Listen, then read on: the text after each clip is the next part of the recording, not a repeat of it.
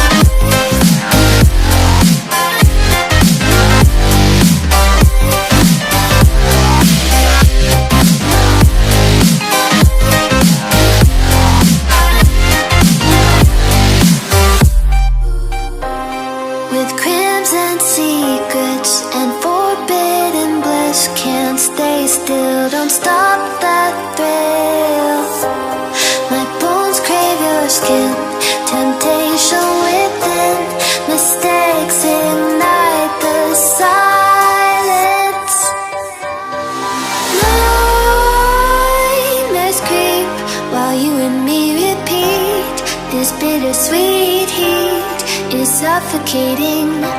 I'm waiting and always hesitating. Kryptonite desires set my heart afire. Heart on fire. Set my heart afire.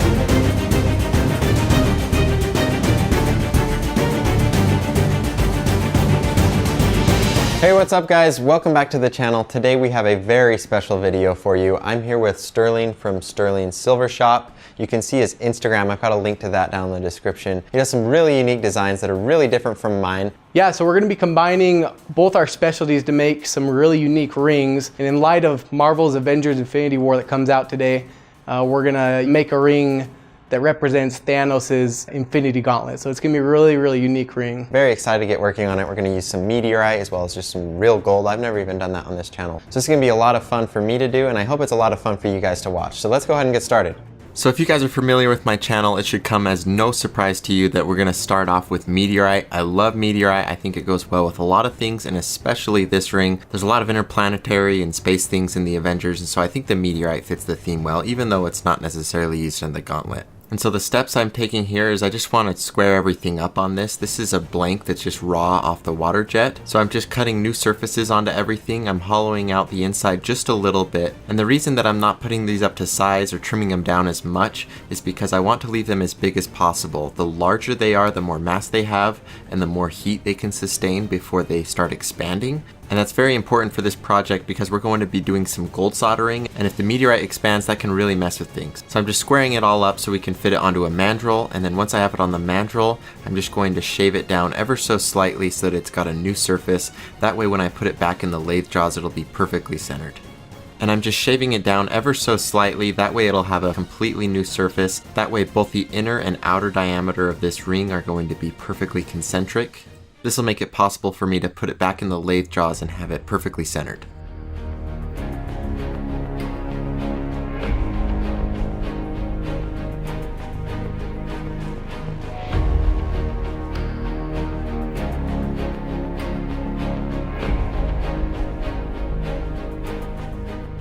And now the final step that I need to do to them before we combine them to the gold is I need to adjust the width of these because we can't adjust that after. And these needed to be 7.6 millimeters in order to fit perfectly with the width of the golden band plus the gold edges that we're going to put on each side of the meteorite.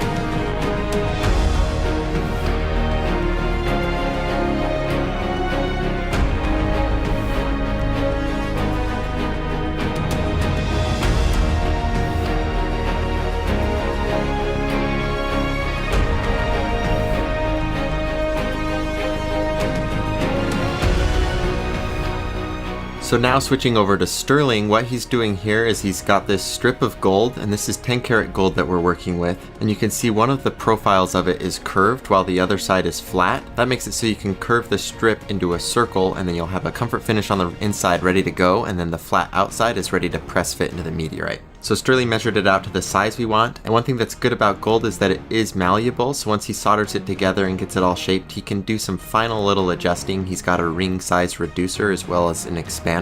So he measures it as close as he can, solders it all in place, and then he uses several different tools to round it out perfectly as well as get the size just how we need it.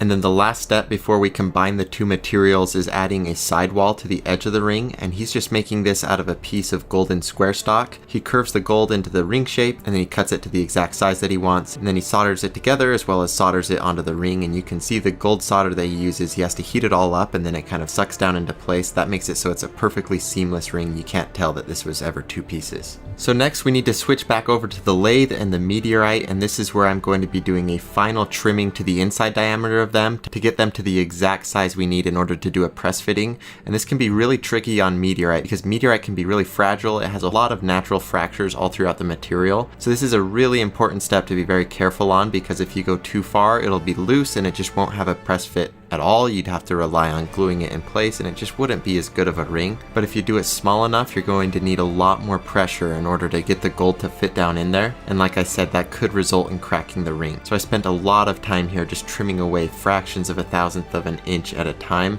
just so I can get that perfect fit. I got it so it would fit by hand almost halfway onto the ring. And then after that, it required minimal pressure to get it to fit on all the way.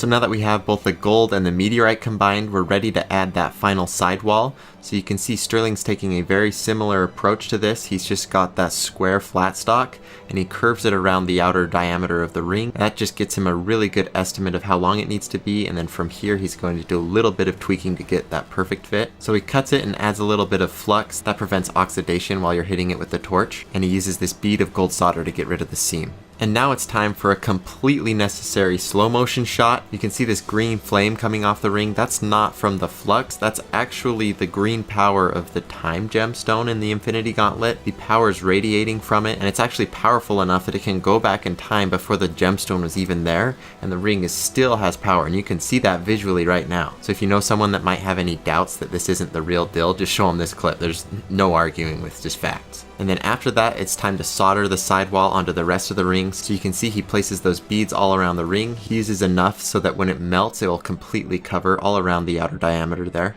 And you can see he's got this very small pinpointed flame, and that's really helpful in this case. We don't want the ring to heat up too much because, like I was saying earlier, the meteorite can give us a lot of problems if it ends up expanding too much.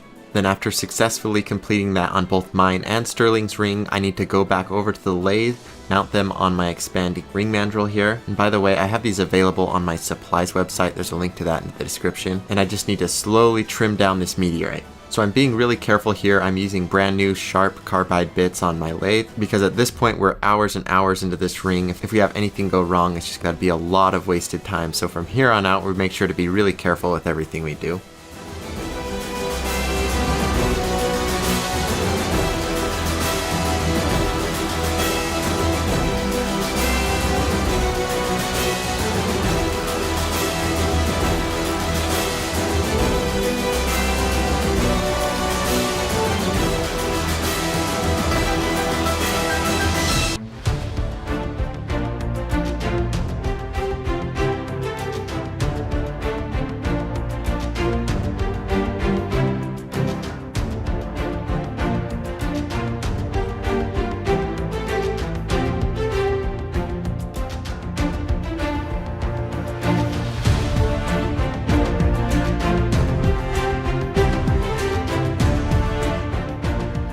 After getting it all trimmed up and flush with everything, it's time for a first round of sanding and polishing. This will get everything smoothed out and give us a clear surface to work on, because in the next step, Sterling's going to be laying out exactly where to drill the holes to mount the gems. So it's better and more precise to have a clean surface to work with.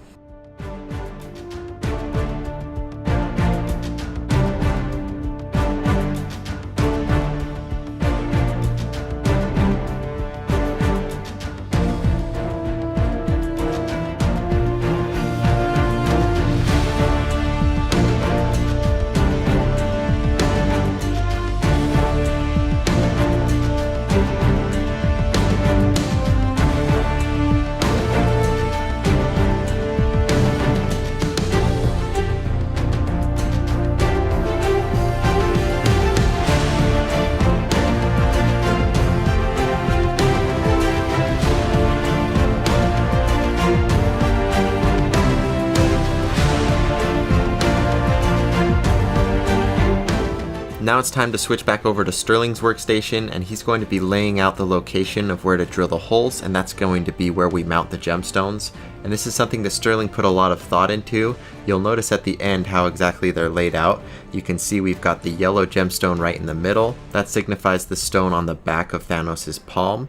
And then the green stone on the far right hand side of the ring, that's supposed to be his thumb. And then the other 4 stones, the orange, red, blue, and purple stones, those all signify a knuckle. So you can kind of connect the dots and see the general hand shape that we've got going here. Now once Sterling has the whole ring laid out, he drills a pilot hole at the center of each of his markings. Then once he's drilled that, he goes back with a bigger drill bit and enlarges them to the exact size that we want. The yellow gemstone is slightly bigger than any of the other ones, and that's to match the gauntlet. So he's using 2 different size drill bits, and then he'll be using 2 different sizes of this gold tubing to fit perfectly down into each of these holes. And you can see he has to carefully sand each of the holes in order to get a final finish where the tube is able to fit into the hole but with a little bit of resistance. Now he's quickly cutting out sections of the gold tube, and he uses these square surfaced pliers in order to set them down into place, and then we reinforce it with a little bit of CA adhesive.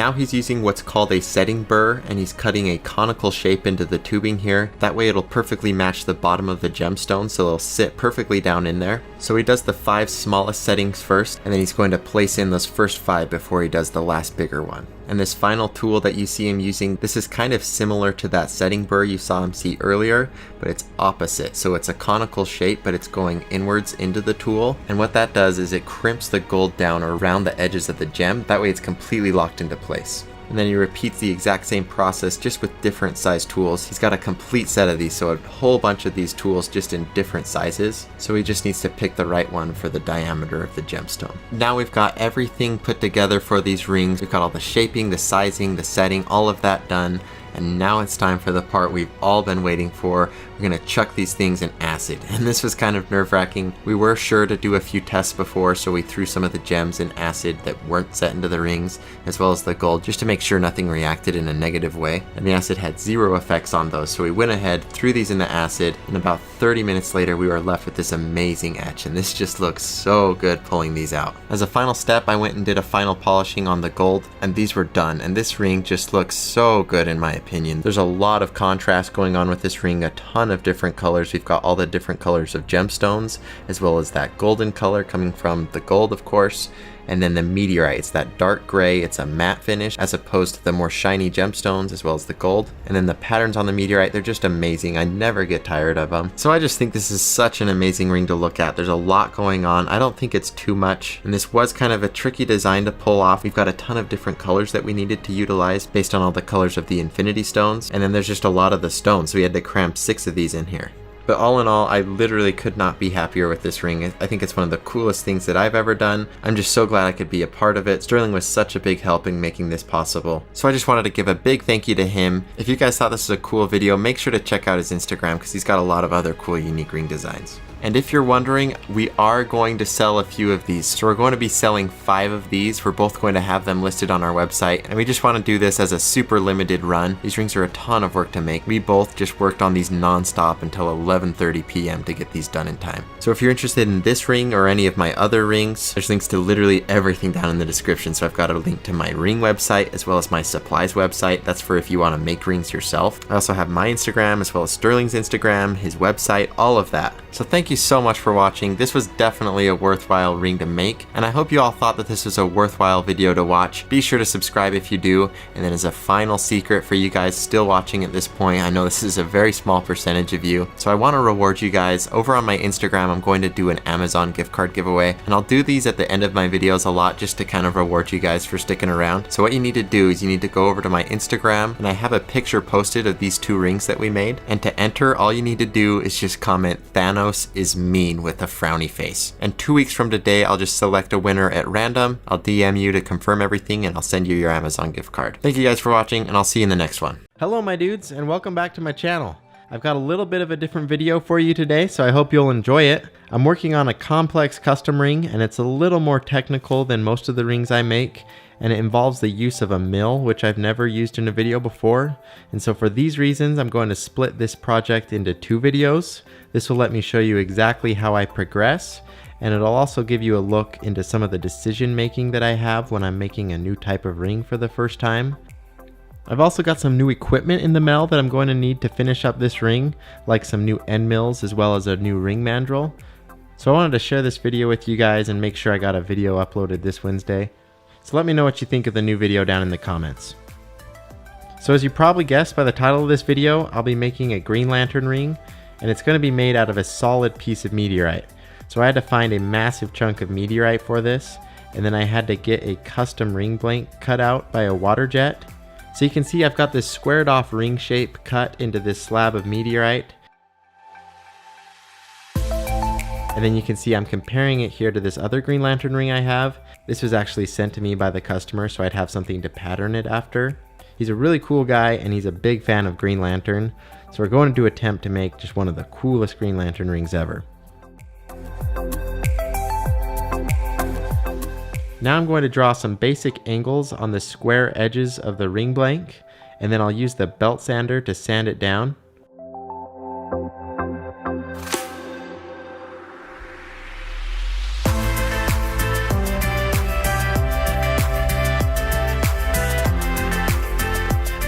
Once we've got that done, I'm going to go ahead and clean the inside of it up. So I'll use a Dremel to get rid of any of the big initial sharp edges.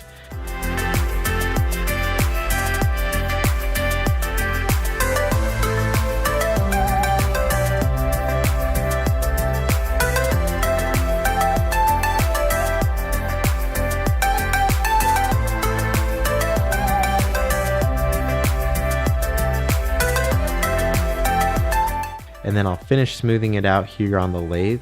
Now one thing to note is that I'm stopping about 1 millimeter or 2 short of the final ring diameter, and that's just going to give me a little wiggle room if I have any errors.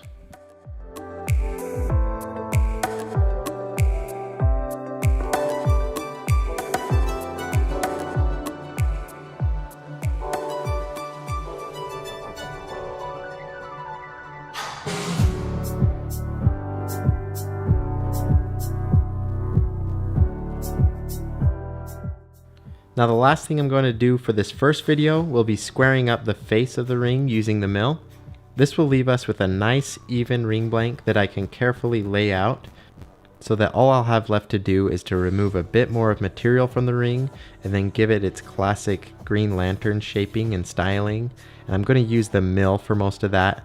I might end up having to do a little bit of hand filing, but you'll see how I get that figured out in the second video.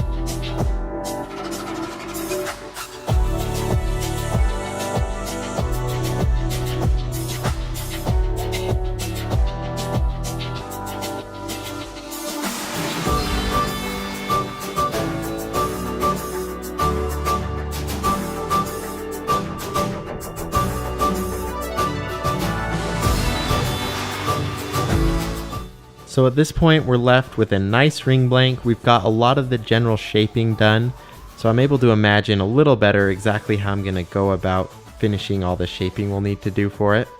I usually find that a really important step when starting a new project like this is that you want to spend a lot of time planning on exactly how you're going to go about doing it. So now that we've got this nice ring blank ready to go, it's going to be a little less of a daunting task to figure out exactly how I want to go about shaping the rest of this ring.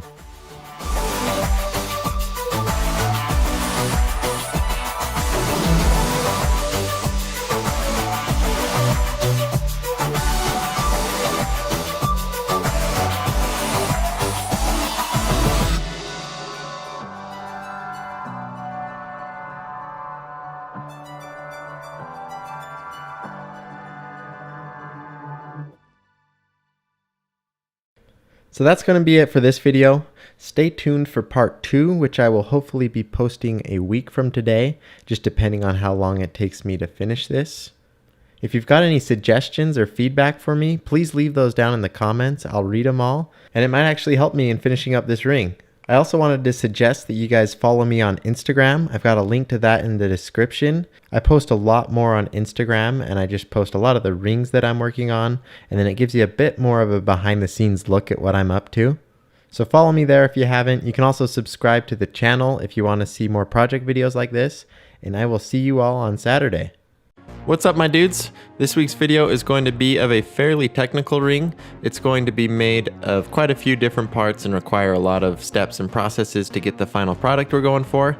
So this should be a pretty interesting video, but please be sure to let me know what you think in the comments. Now let's go ahead and get started. So I'll be starting by cutting some carbon fiber blanks out on my drill press. Now carbon fiber is incredibly strong, and so it'll give this ring a really good structure, and then it's also going to hold all the different parts of the ring together. And one of the biggest reasons I use it is because it's going to ensure that it'll survive just all sorts of abuse. Now I almost always use abrasives to cut carbon fiber, just because it's the best way to cut it without tearing the fibers out. Here I'm using an abrasive diamond plated hole saw, and they last quite a while if you use them specifically on carbon fiber. They start wearing out if you use them on things like stone, so I've got a set specifically for carbon fiber. Now these do create a lot of carbon fiber dust, and carbon fiber dust is very harmful to your lungs, so you always want to use a filtered vacuum to suck up all the dust right straight off the drill press, and then always wear a respirator as well. Just always wear a respirator. Now that I've got the blank cut, I need to get it mounted onto an expanding ring mandrel. But first I'm just going to sand away any of the rough edges with this Dremel.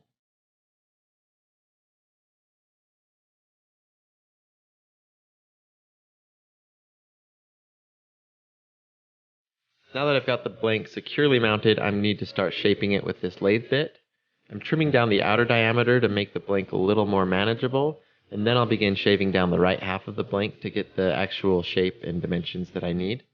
We'll be making two identical halves and then join them together, and that will leave a channel in the middle that we can add the inlay to. I'm using my calipers to make sure my dimensions are correct. The layer of carbon fiber that's going to be under the inlay of the ring needs to be about 1 to 1.5 millimeters thick, and so that means it'll add 2 to 3 millimeters to the total diameter. So I just figure that out using the ring size that I'm making, and then I add 2 to 3 millimeters to that to figure out the correct diameter of the inside of the channel.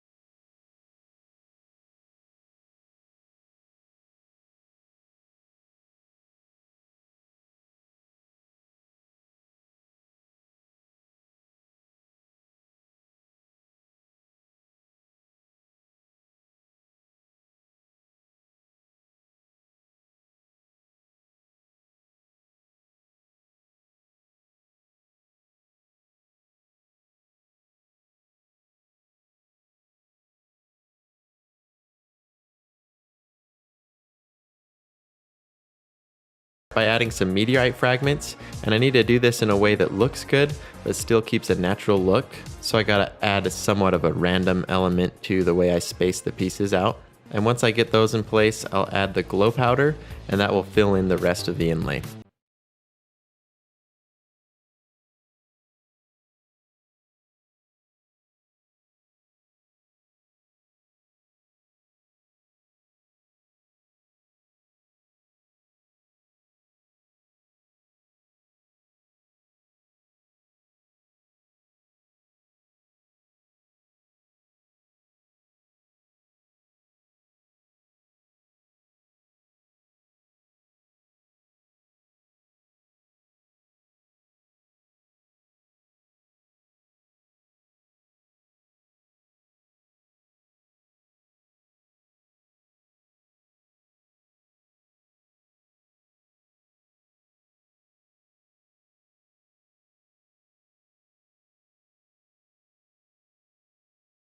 Now we have all the components assembled, and I'm just going to need to shape, size, sand, and then polish this bad boy, and it'll be finished.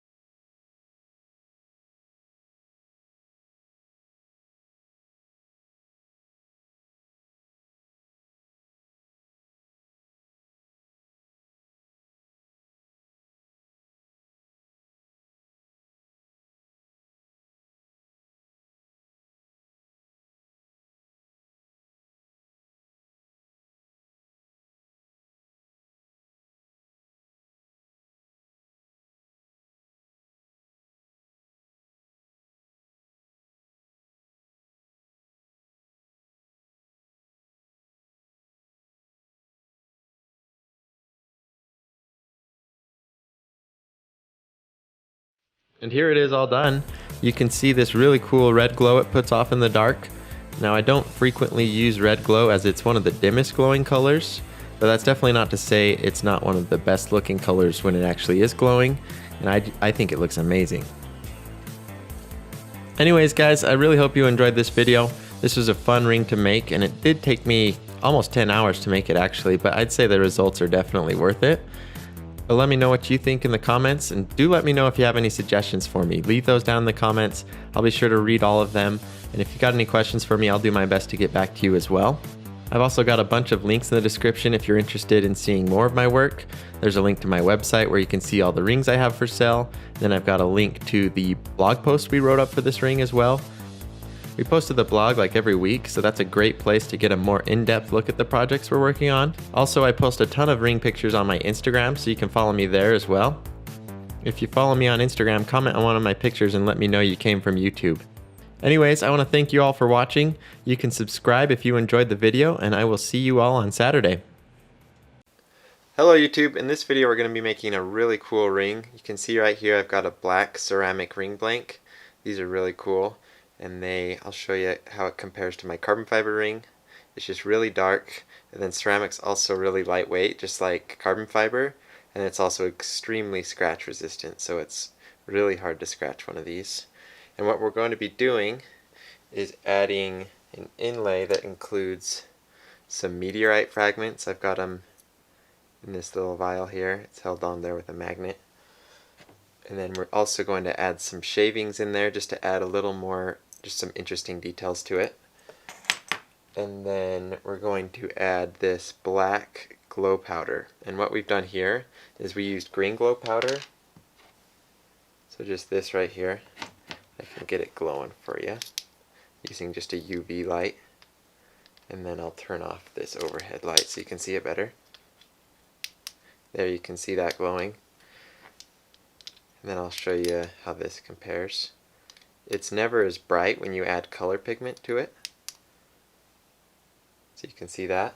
So that's one of the downsides to doing black rings, is because black rings especially need a lot of pigment to it to make it black rather than just a charcoal color. But here's all these color pigments I've got.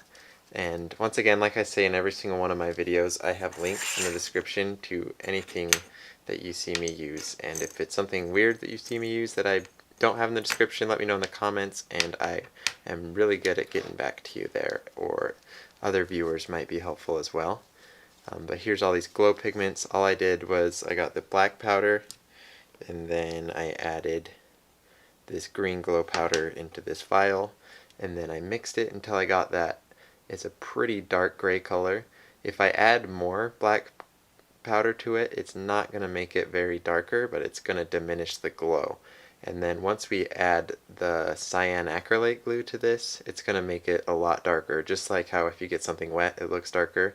Same thing here. So you don't need this to be black, just make it a nice gray color. So yeah, this should be a really cool ring. I think the results are going to be amazing. Just a really stealthy ring that has just kind of that secret glow to it that you only see at night. And then the meteorite to it, I think meteorites are just way cool, so that is just another detail that's going to make this ring really cool. So I'm just going to jump over to the lathe and we'll start making this.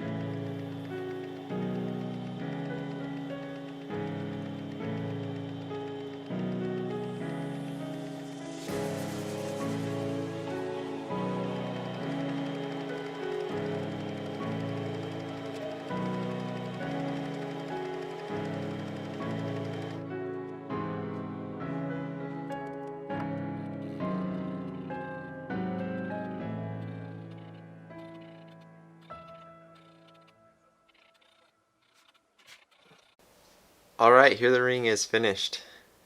I'm actually really impressed with the way this one turned out. I really like just the stealthy look it has. Even the meteorite in it, if it's not reflecting the light, it still goes pretty well unnoticed. And so if you have it on your finger, it's just a really dark ring with just some very subtle details that really help show up. And then if I turn off the light here, I'll charge it a little bit with the flashlight. These UV lights work really well, or you can just use the sun. You can see it glowing just a little bit there. It's still pretty bright in here, but I have my camera's settings down to be pretty dark. There you can see it glowing a little bit. So yeah, there it is all finished. It's super lightweight, ceramic's really scratch resistant, and so this will be a ring that'll last a really long time and still look really good. So yeah, I'm really happy with the way this one turned out. If you have any questions for me, you can just leave them in the comments. I'll try to get back to you, and then I'll just show a bunch of photos and videos of it, and I'll see you guys in my next video. Thanks.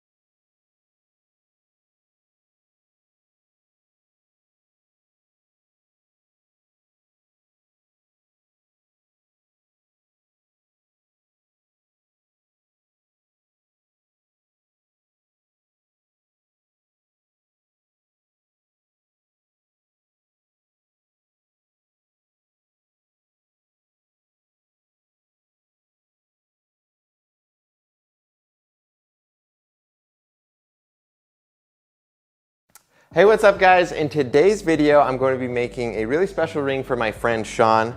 And Sean, he's the founder of a company called Jersey Champs. You might know them from Instagram. They do a lot of really cool custom jersey work. So a while back, Sean made me a custom jersey and I wanted to return the favor and make him a custom ring. So as far as design goes for this ring, we're kind of going all out here. We're going to use carbon fiber, meteorite, and rose gold. These are 3 super premium materials. It's going to make for an epic ring, and it's going to match a watch that Sean has. So I'm really excited to get into this. I'm gonna go over the steps with you here real quick, and then we'll just get right into the making. All right, so I drew up a sketch of how we're gonna lay out the whole ring design. We're gonna have carbon fiber on both edges as well as on the inside of the ring, and that's gonna sandwich all the materials together. We're gonna have a rose gold stripe on either side, and then the meteorite in the middle. So it should be a really solid design, should have some great contrast, should look wonderful. And then I've calculated all of the dimensions I need. So the 17.75, that's the inside diameter of Sean's ring size, which is 7.5. And then this middle diameter here, that's what I need to make the carbon fiber in order to fit the rose gold over the top of it. And then the outside diameter, super self-explanatory, just the outermost diameter. So without further ado, I've got a block of carbon fiber here. We're gonna go cut it out on the drill press, and we'll get started machining that. All right, so the ring has 2 halves. That means I need 2 carbon fiber blanks, and so I'll use my diamond hole saws to cut 2 of those out right now.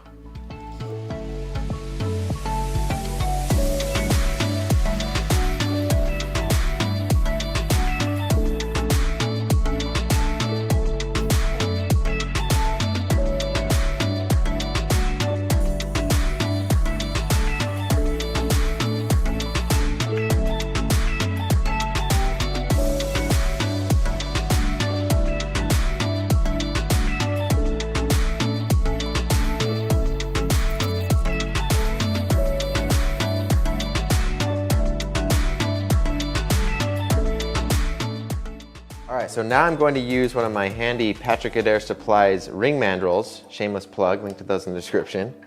And I'll attach the carbon fiber blank on here. I'm going to do one at a time, and then I need to machine it down until my already machined rose gold piece fits over it just barely. It needs to be pretty snug. So as I'm machining these, I just kind of want to walk you guys through the steps that I'm going through in my head here. So carbon fiber is a very kind of temperamental material to work with. It's always prone to splitting and cracking and then having voids chip out of it, and so you really kind of got to know what you're doing with it. The first thing I did to avoid that was I left the blank super thick. That allows me to have some really good contact between the layers of the carbon. That way it's not going to split so much. And then the second thing is just using really sharp carbide on my lathe bits. I just switched to a brand new one. That way it's not putting any extra strain. It's just removing material really easily. And then I'm taking really thin passes. That's my third thing that I'm doing, is just removing probably about 1/2 millimeter of material at a time.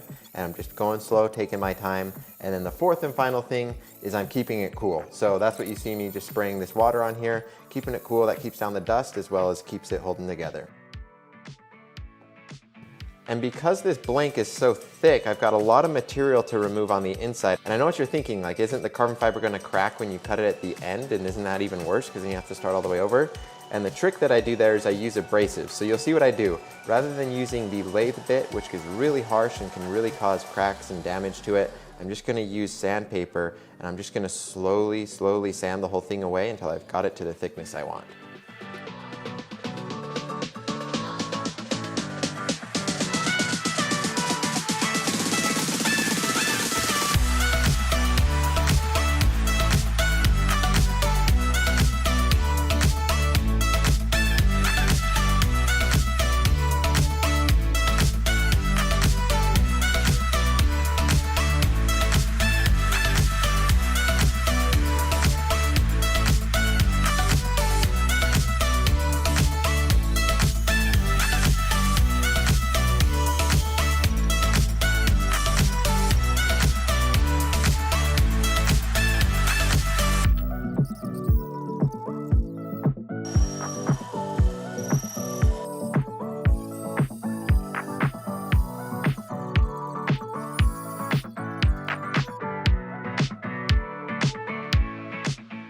Now that I've got the meteorite piece cleaned up a little bit, it's time to throw it on a mandrel and start getting some of the dimensions we want. And so I'm just going to trim down the outer diameter, make sure it's nice and smooth, get the whole thing concentric. And then I'm going to use a parting tool to split off some of that excess meteorite, because I only need kind of a thin piece and I'd really hate to waste all of this material. It's super expensive and super rare, so I like to conserve it as much as I possibly can.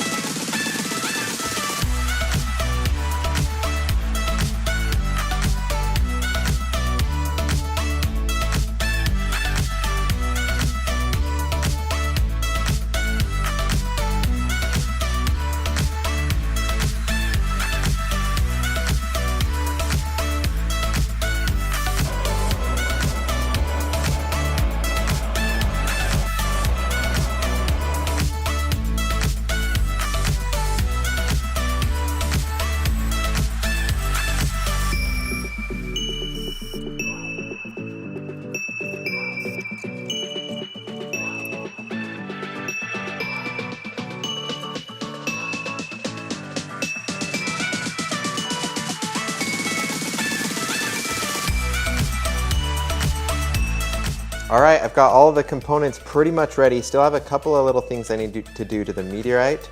I just need to clean it up, widen out the inner diameter, but then we should be ready to start assembling it.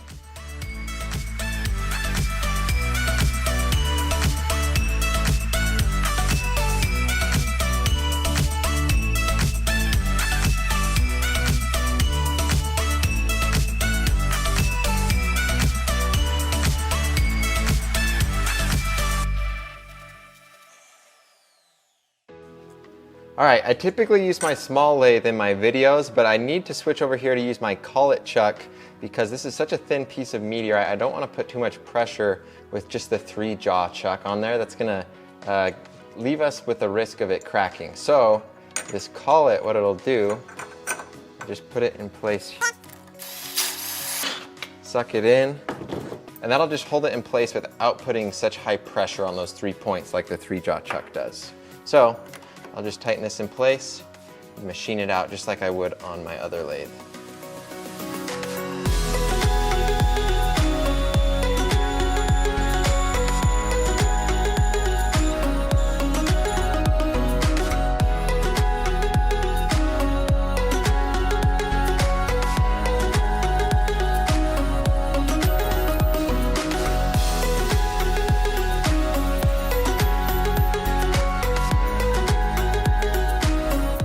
All right, we've got all the components machined out. It's looking great. Everything fits snug, everything's flush. This is gonna be a beautiful ring. Let's quickly, before we combine all the pieces, I'll go over what we've done and then I'll just explain the next couple of steps. All right, so here's the sketch of the exploded view of the ring that I made at the beginning, and I think we've done an excellent job of recreating everything how it should be. We've got the carbon fiber over here, rose gold, as well as the meteorite, and then just the copy of that on this other side. And then what you saw me machining at that last second there, this is just a little plastic tube.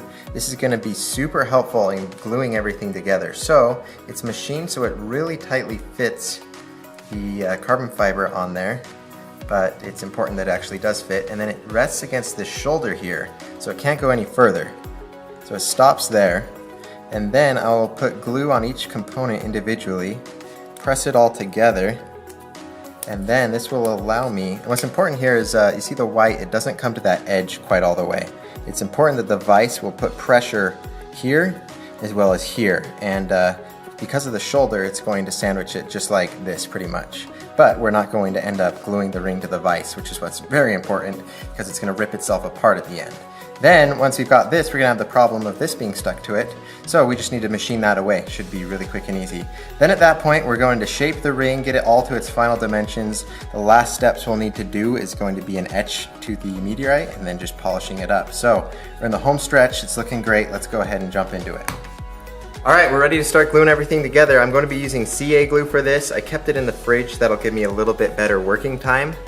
And I'm just gonna go one by one and just glue each individual component. It's important that I do it one by one so that I get glue all over every single surface. And it's gonna be very important not to forget any of these pieces, because once I glue this end carbon fiber cap on, there's nothing I can do to get another component on. So I'll just move quickly, but stay focused. And then I just need to put it all together in the vise and we'll be good to go.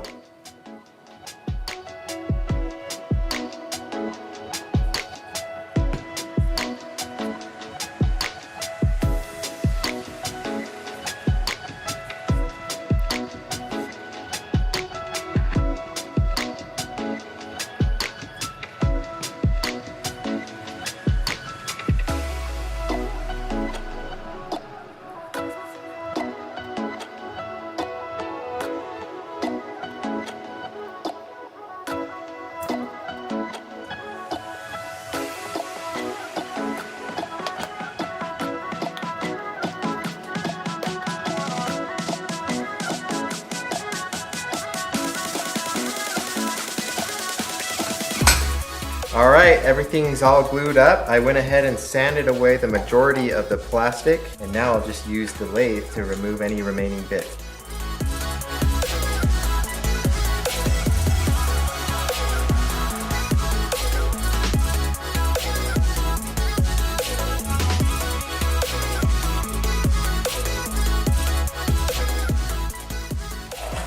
All right, earlier I was telling you how I like to avoid using cutting on the lathe on carbon fiber, and instead I like to use abrasives. Here's a great example. Instead of putting this on a mandrel and shaving it down, I'm gonna do as much as I can here on the belt sander.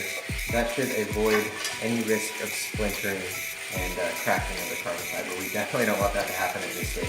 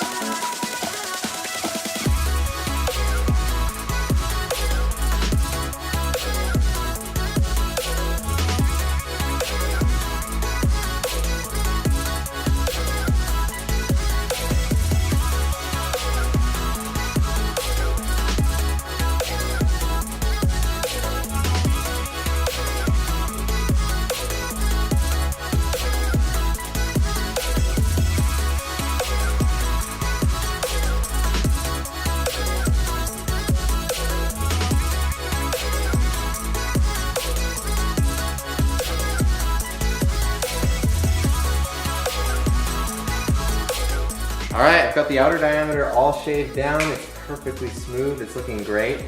All I have left to do is I need to sand some bevels onto this. I typically, on metals, I would use a bit to give it a nice bevel like this. But again, I don't want the carbon fiber to splinter. So very carefully going to sand some nice, really precise as I can bevels with the Dremel. Then I'll just sand and finish everything up. The inside I need to hollow out a bit more, get it to size. Gonna have everything polished, then it'll be all but finished, and then we just need to etch the meteorite in acid. After I'm done with that, I'll check back in with you at the grand reveal. Let's do it.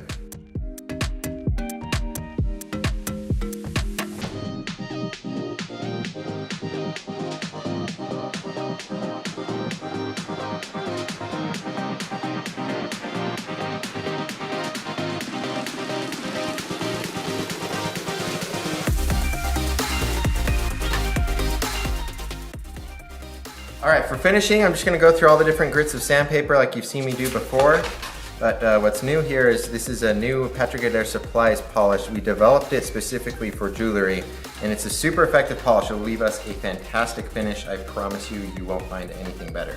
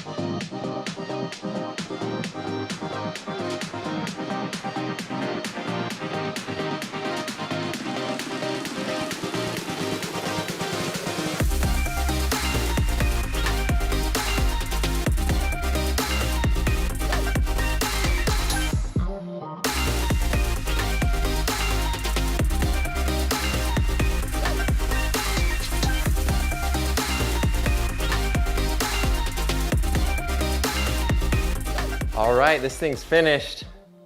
Check this out. We've spent a very long day on this. It looks incredible. That meteorite finish turned out perfect. Rose gold, super, super glossy, super smooth. I love how the acid doesn't do anything to it. That's just kind of like proof of how corrosion resistant gold is. And then those nice bevels I was able to keep on the carbon fiber, fantastic. And a nice finish on the inside. And guess what? Sean and I have the same ring size. Might have to keep this one, sorry Sean. Just kidding, not very funny, okay. Anyways guys, that's the video. This was one of the coolest rings I think I've made in a long time. This is, I don't know, this just has it all. Every kind of cool material you'd ever want in a ring. This has it. It's beautiful, it's comfortable, it's gonna be super convenient to wear. Very nice. All right guys, thank you so much for watching. Sean, I hope you enjoy your ring. This was a lot of fun, and I'll see you guys next week. All right guys, the ring is finished. Sean is actually here for an event we are both going to. So here it is, Sean. I hope you like it. It was a lot of fun to make. We engraved it and everything. It was a good time. Yes, Sean, sir. If they want to find you on social media, the internet, where should they look? Sean Mike Kelly on Instagram, guys. Okay, we'll have that in the description. all of that. Thank you guys so much for watching. This is a lot of fun. See ya.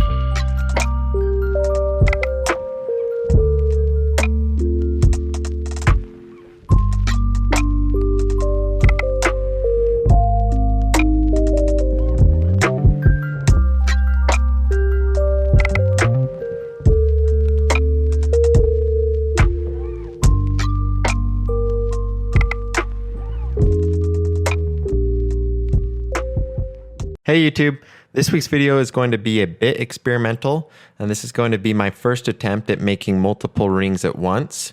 My goal here is to figure out a style of ring that I can make faster than my traditional glowstone rings, so that I can have some less expensive options on my website. So like I said, this is my first attempt at this, so there's definitely going to be quite a few changes that I'll need to make in the creation process until I get these to look how I want and get them available on my website. So I might do another video in the future showing some improvements that I can make. So just let me know if you'd be interested in seeing that in the comments. So as you can see in the video, I just gathered all of my selected ingredients for this batch of rings. And I've just started sanding just these little shavings of meteorite and copper into the containers. And I'm making such small pieces because the idea is to mix everything into some polyester resin, and then I'll put all of that mixture into a syringe, and then that way I can quickly inject the inlays into the rings. Now I'm crushing up the amethyst, and the same rules apply for this. The pieces need to be really small so that they'll mix into the resin evenly. Now one thing I'd change next time I do this would be to use a lot more amethyst and opal. It didn't show up in the rings as much as I had hoped.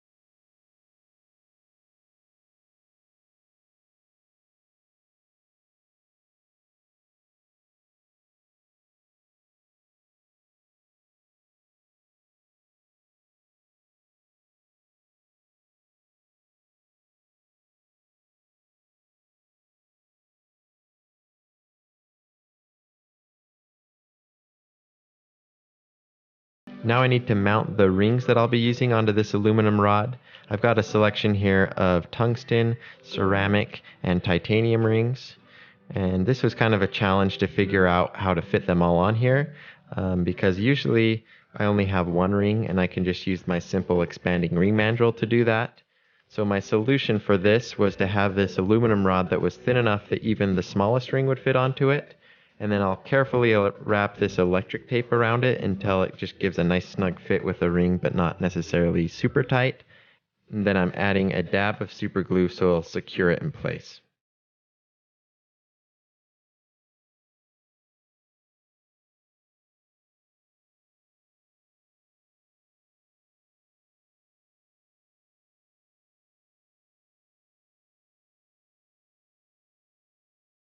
Okay, now it's time to mix everything together. I'm starting with an ounce of resin, and then I'm adding an appropriate amount of catalyst to it so it'll start hardening. And I'm using a polyester resin because it has a fairly slow cure time, so that'll give me enough time so I can work with it.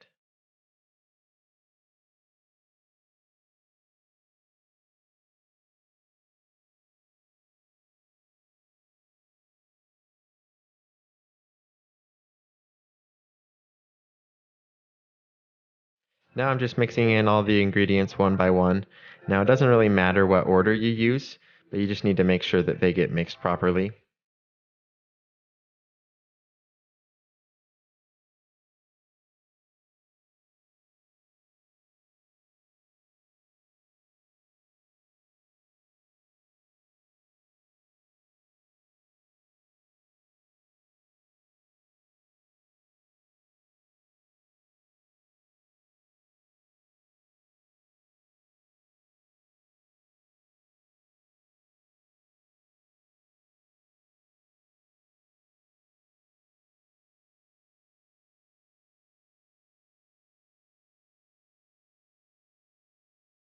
Next, I'm pouring the mixture into this syringe, and then I'll be ready to inject it into the channel of these ring blanks.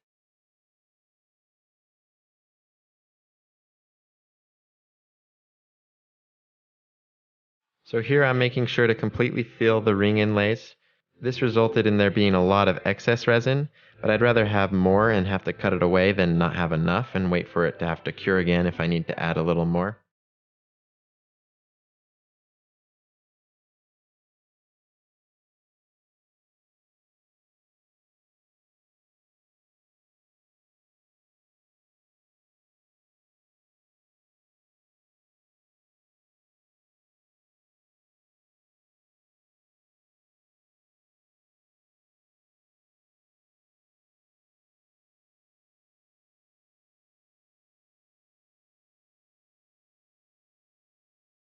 Okay, after giving the resin 24 hours to cure, I'm finally ready to get these rings finished. So I'm starting by using a lathe bit to quickly remove the bulk of the material, but I left about an extra millimeter of excess inlay on there because I didn't want to scratch or chip any of the rings that can't be polished, like the ceramic and tungsten. And like I said, I used a titanium ring here as well, and that could be polished, but I just used the same technique on everything just so I could keep consistent.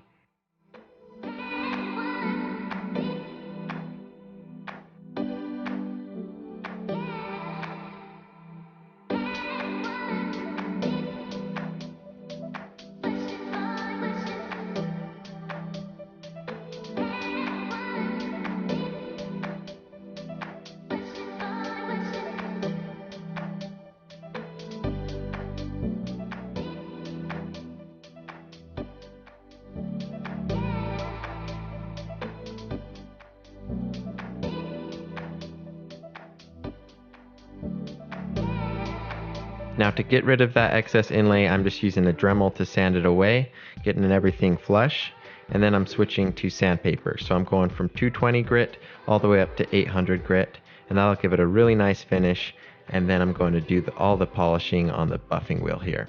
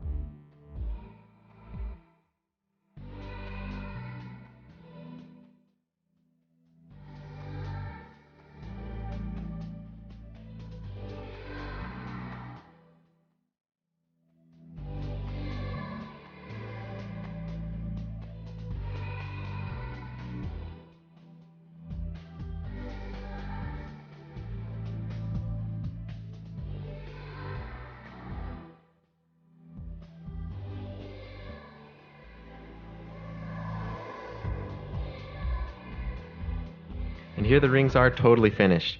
I think the copper ended up being a little bit overpowering, and then the blue color, like I said, was a bit dark, and then the amethyst and opal didn't show up as much as I'd hoped.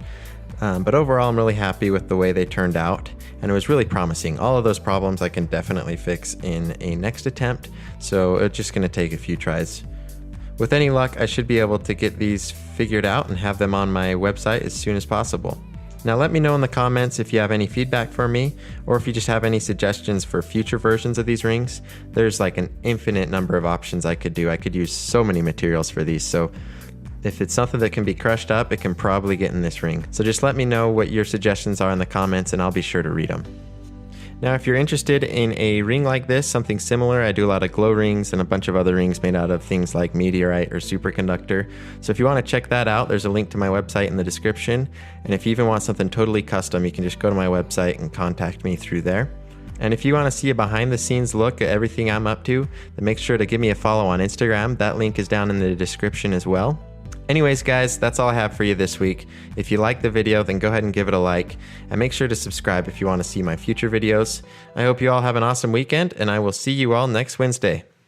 Hey, what's up, YouTube? Welcome back to the channel. I thought it'd be fun today to have a nice little sit-down, little chat. We're going to be doing a little bit of resin mixing. So we're going to be doing first a meteorite ring, but we want to do a glow liner for it. So we're going to be using, this is polyester casting resin I've got here, and then we'll be mixing in some of the always wonderful Techno glow powder. Link in the description, by the way, if you want to buy some of this, as well as just some green pigment. So this will color our resin green, and then this will make it glow green, so they'll match.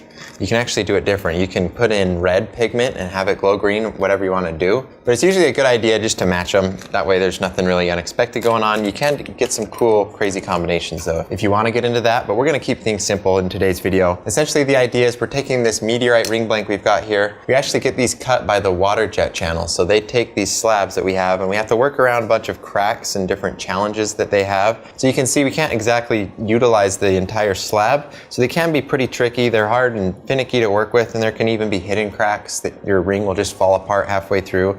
So they're kind of a pain, but the results are definitely worth it if you've ever seen what etched meteorite looks like. Specifically this type of meteorite, we use Muoniana lusta.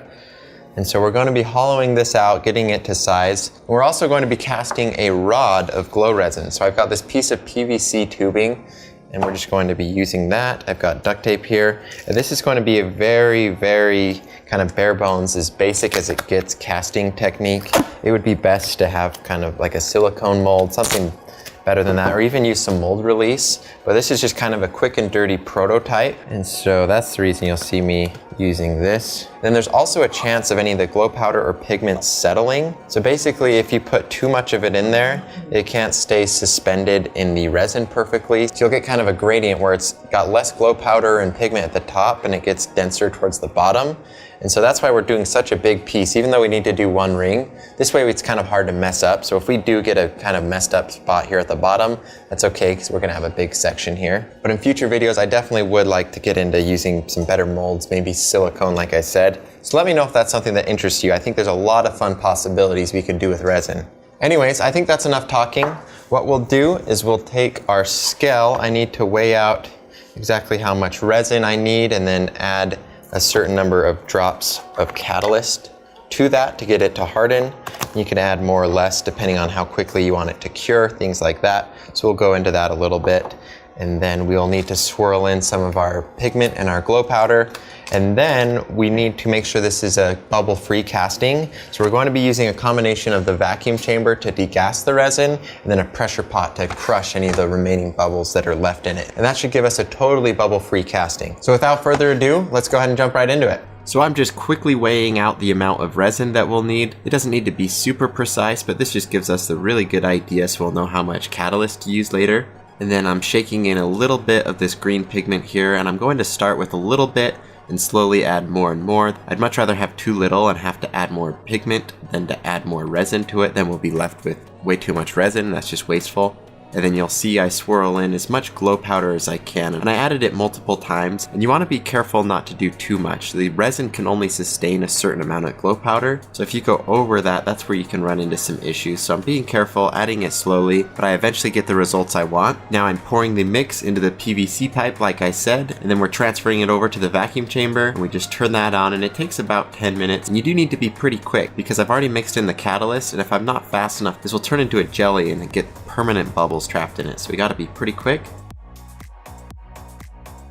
But once we've released all the bubbles, we're able to release the vacuum, pull it out, and now we're switching over to the pressure pot, and I'm filling it to just over 40 psi, These can be very, very dangerous if you overfill them, and so the capacity on this one is 60 psi, and so I'm staying well beneath that because I seriously don't want to take any risks with this. And now we'll go ahead and get started on machining the Meteorite blank. We've got about 48 hours to wait until this rod is completely cured. So we'll do as much as we can on the Meteorite blank, and then through the magic of editing, we'll be able to instantly transfer over to our finished cast, and then we'll machine that to the shape we need, and then combine the two components. So you'll see I'm using this boring bar here to hollow it out to the correct inside diameter that we need, and I'm not machining this to the ring size we want. I need to remember that I do need to leave room for that liner, so I'm making it a little bit bigger. That way we'll have room for the glow resin, and it'll still be the correct ring size.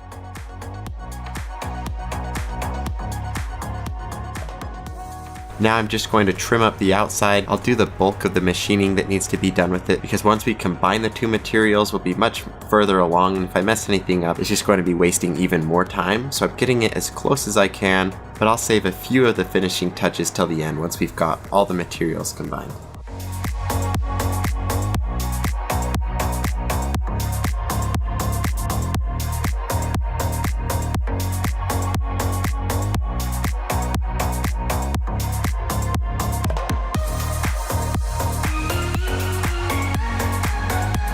Now what I've got here is another blank that I was able to use mold release on, and I did this a day after once my mold release actually came in the mail. I was hoping to have it for this ring actually, but I wanted to show you the way it worked, and so I just sprayed a little bit in that tube and this slid right out, and I was expecting to go through a lot more trouble to get the green blank out, but I guess this polyester resin, it must shrink a little bit more than other resins I've used, so it actually came out without too much trouble. It was a little bit more difficult, but this was actually a really easy method and gave us really good results, and we didn't even need the mold release. And you can see just how cool this thing turned out. I've got this UV light here. I'm going to charge it up, and you can just see how cool that glow is that it puts off.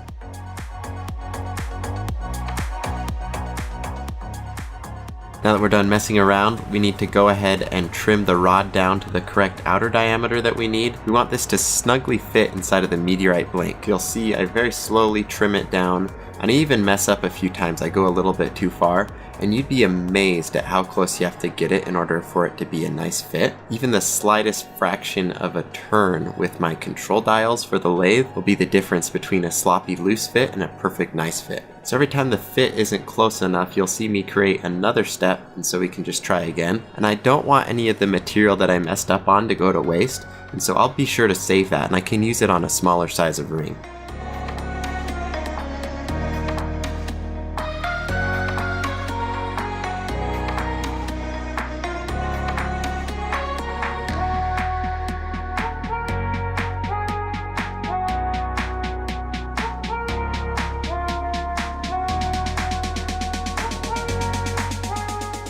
And now that we've got the size correct, I'm going to be using some CA glue to combine the two materials. I want to make sure that I've got complete coverage all the way around our glow resin, and then once I combine the two, I use some CA glue accelerator to make it bond together instantly.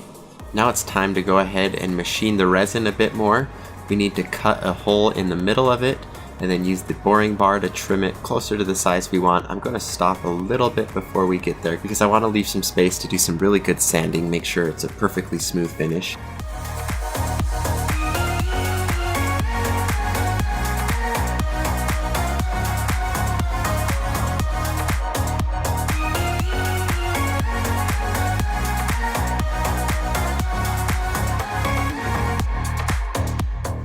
So I'm going to call it good here. And just for fun, I'm going to turn the lights out. You can see all the cool shavings everywhere, and then you can get a preview of what this is going to look like once it's done. Now I'll detach it from the rest of our rod using the hacksaw, and then just clean it all up with the Dremel. And you can see I gave it a lot of extra space to the side. And this is because if there's any cracks or problems that happen as I'm cutting it with the hacksaw, we can just sand right through those. We've got plenty of extra space there. So I actually didn't run into any of those issues, thankfully, but I just do extra just in case. And then I'll be using the Dremel to get all the shaping we want, smooth everything out, get it to about the final size we need.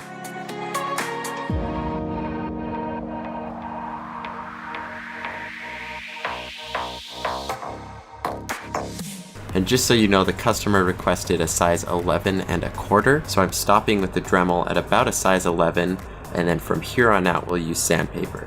And you'll notice I do a bit of wet sanding. That helps me get a really nice, smooth, consistent finish. It's not totally necessary, but it also does help maintain a nice cool temperature. And on resins that can be important because you can actually burn them. So I'm just taking my time, making sure it's nice and wet, making sure my sanding is really even. And then once we're done with all the different grits of our sandpaper, in case you didn't know, I usually start at about 220 grit and I go up to about 1500. And then once we're done with the sanding, I'm switching over to these two paper towels. One of them has a white polishing compound, the other one has a green. And so that's basically a medium polish and then a high polish. So that gets that resin up to that really nice shiny finish that I like. So now we're done with the inside of it. We still need to etch the meteorite, but I think the inside turned out really nicely. And you can see the resin's a bit transparent because of how thin it is. And it's pretty interesting because you can see through the resin and see some of the natural features the meteorite has on it. Now I'll give it a quick 20-minute bath in this muriatic acid with hydrogen peroxide in it. And I decided to do another time lapse because you guys really seemed to like that in my previous video. I think it's really interesting to see this go from a bare metal look all the way to this really cool, very contrasty pattern that the meteorite has. So now we'll pull it out of the acid. I'll rinse it off in some baking soda water. That'll completely neutralize any of the remaining acid that's stuck on here. And then all we have left to do is go take a bunch of fun photos and videos of this.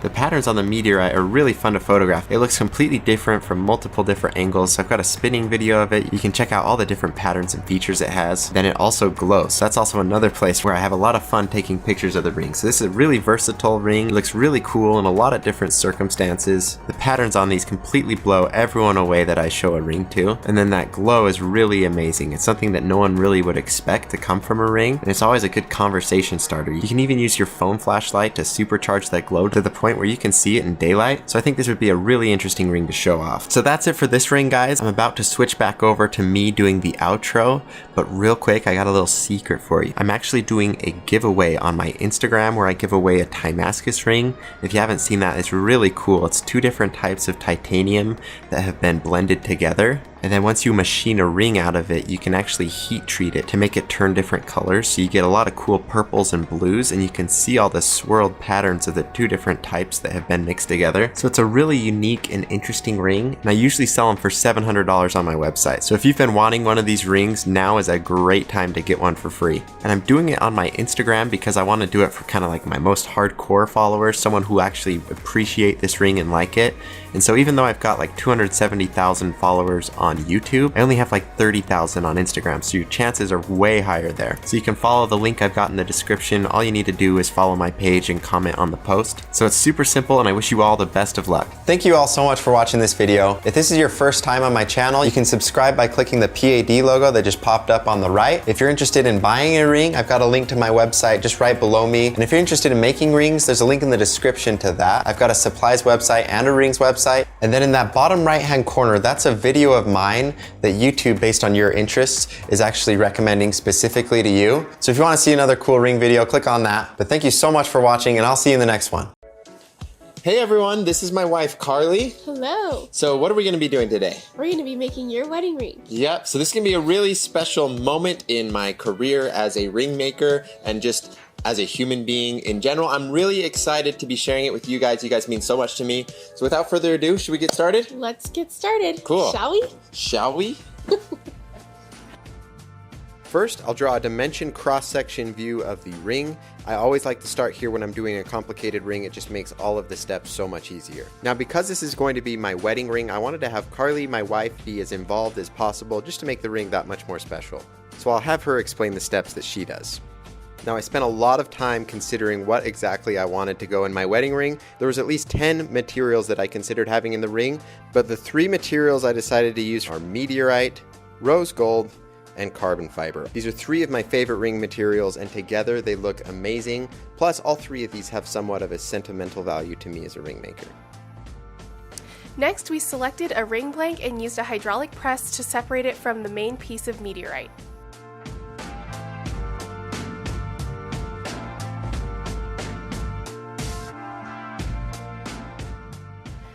Then I bored out the inside so it fit on a ring mandrel.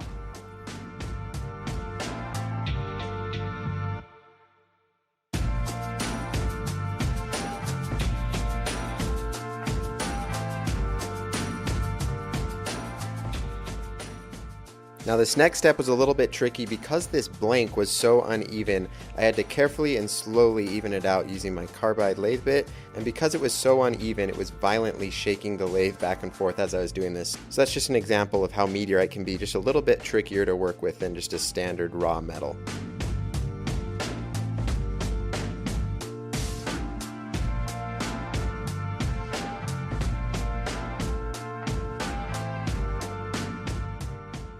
Now I'll trim the outer diameter, measuring with calipers until it's the right size.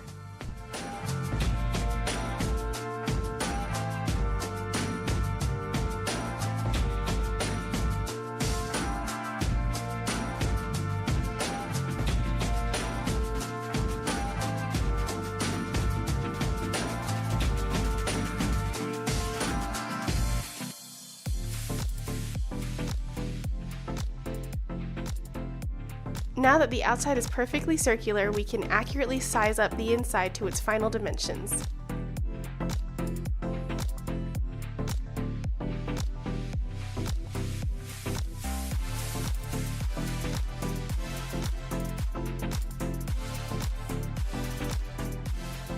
Alright, that's all we need to do to the Meteorite until we come back and combine all of the components. Now let's get started on the carbon fiber.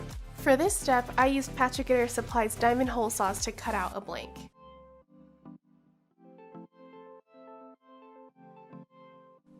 The water cools the hole saws and keeps the carbon fiber from burning.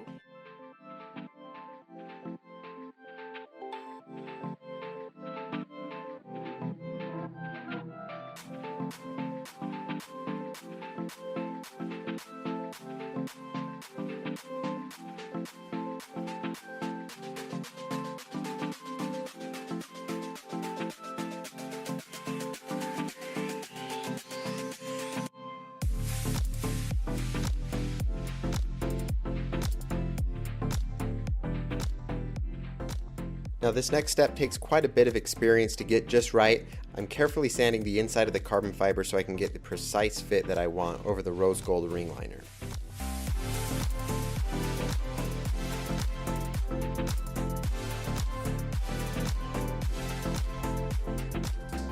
Now instead of making Carly repeat that process, I'll simply split the carbon fiber in half using an arbor press and we'll get both pieces that we'll need.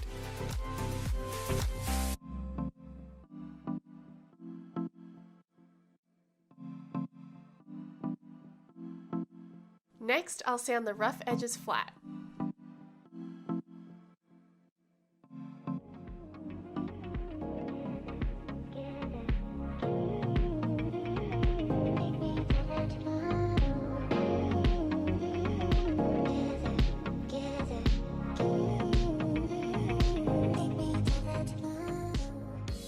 Now using my new Pepe Tools ring expander, I'll go ahead and expand both of the rose gold accent pieces because they're a little bit too small to fit over the rose gold liner at the moment.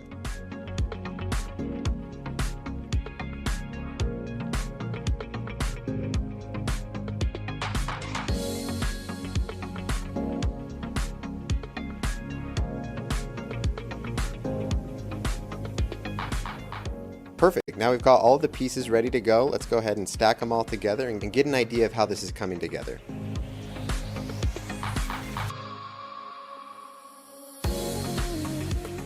Next, we'll fire up our Orion laser welder and begin welding the ring components together.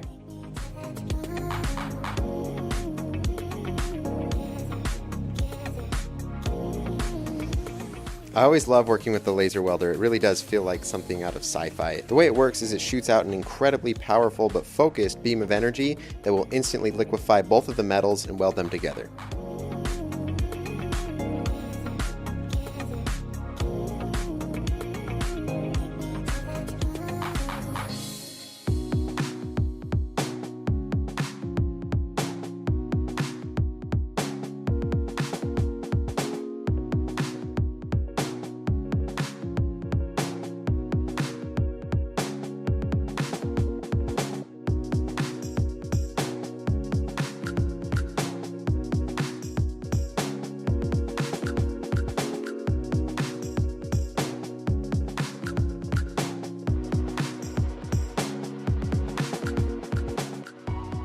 Now because carbon fiber isn't a metal, we'll have to use adhesive instead of the laser welder to join them with the rest of the ring, and this will still be very durable because carbon fiber works with adhesives much better than metals do.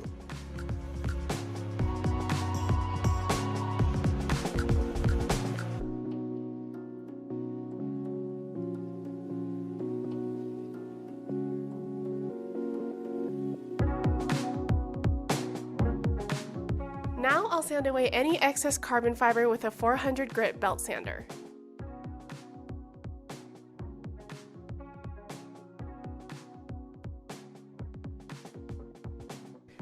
Next, I use a Dremel to gently sand down the outer diameter and make all materials flush. Patrick said I have to use a Dremel because lathe bits can tear out larger chunks of carbon fiber and metals can smear, leaving jagged lines between materials.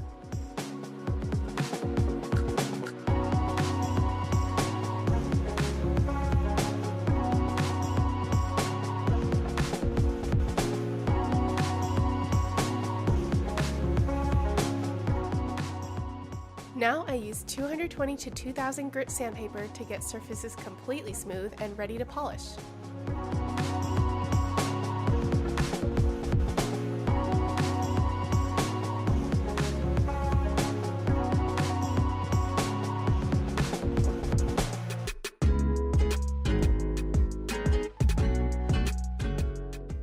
Then we'll use our Astrotech jewelry polish to get the final finish. This does a great job of polishing not only the metals but the carbon fiber as well.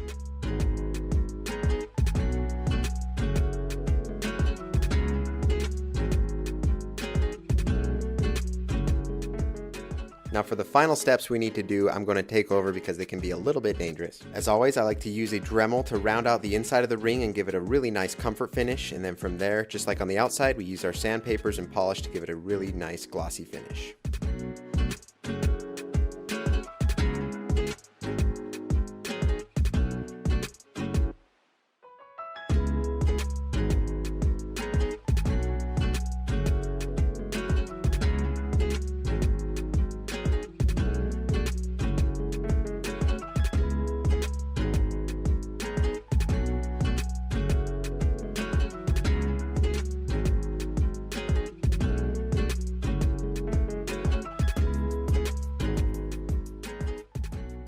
Now here's the ring unetched. Now we're going to break out the nitric acid and bring this ring to life. Nitric acid is extremely dangerous, so I'm definitely being very careful when I'm handling it, and I'm making sure that I've got great ventilation.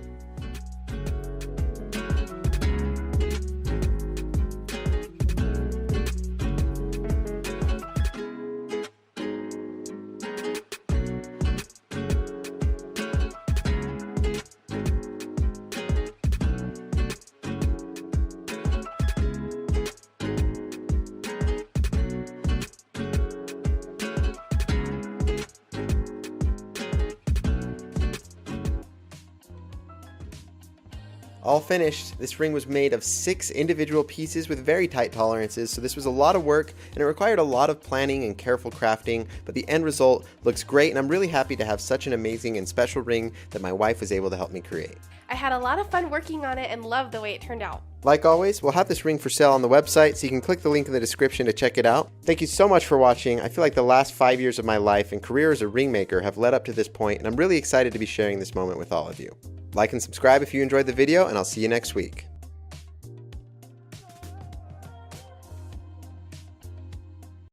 Hey, what's up YouTube? My name's Everett, And I'm Patrick. and today we're going to be making a meteorite gold ring. Yeah, this is going to be a really fun ring. This is a custom order for Martin in Germany. He doesn't even know we're making this video, so a little surprise for him there. We've got Muani Lusta meteorite on the outside, and then a solid gold liner. This should make an awesome ring. Let's go ahead and get started. These slabs are cut by the water jet channel and hand delivered to our shop. First, we are going to hop over to the hydraulic press and pop out a blank.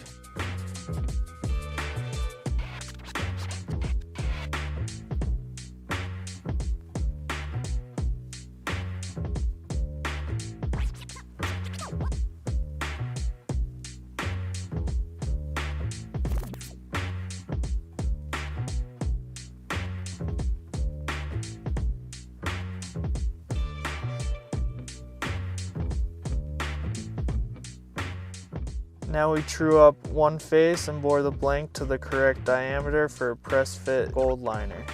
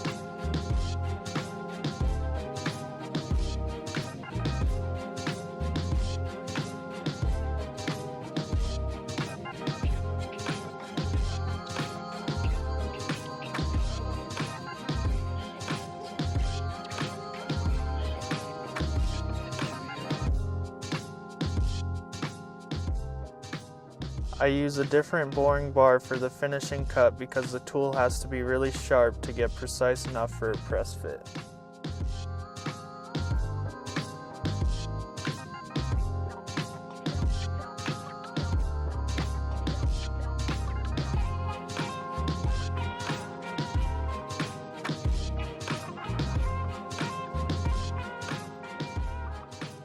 With the ring mounted on an expanding mandrel, we turn the outside diameter to size. Then I trim the width exactly to 10 millimeters.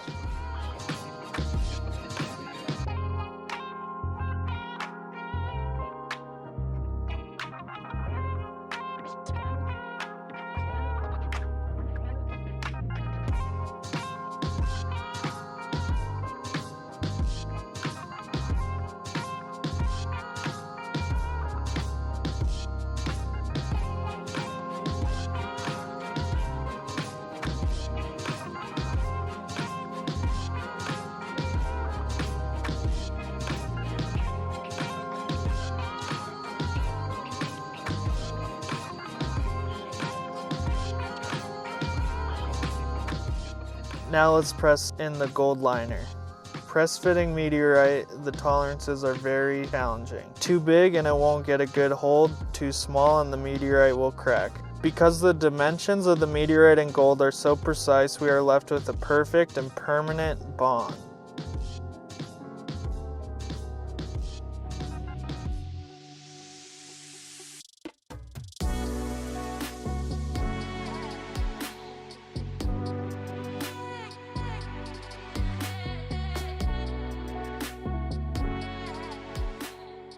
Now I will sand the outside, taking away any unwanted tool marks left over from the machining.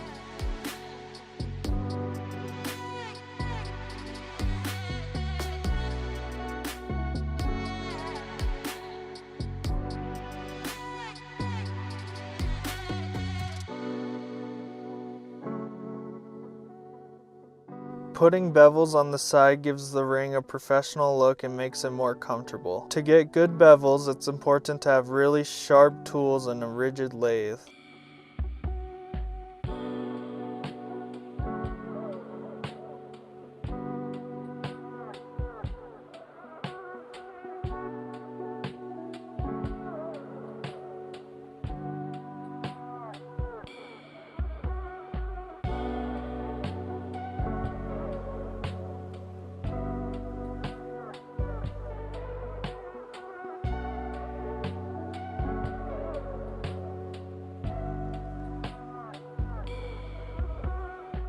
A quick application of Astrotech polish leaves us with my desired finish that is ready to be etched.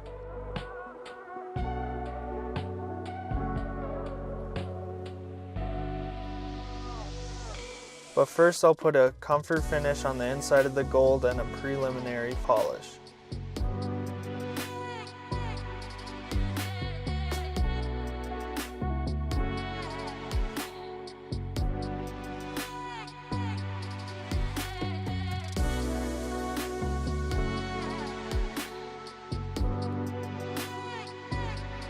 Sanding gold, you can't skip a step. I use sandpaper from 80 grit all the way to 3000.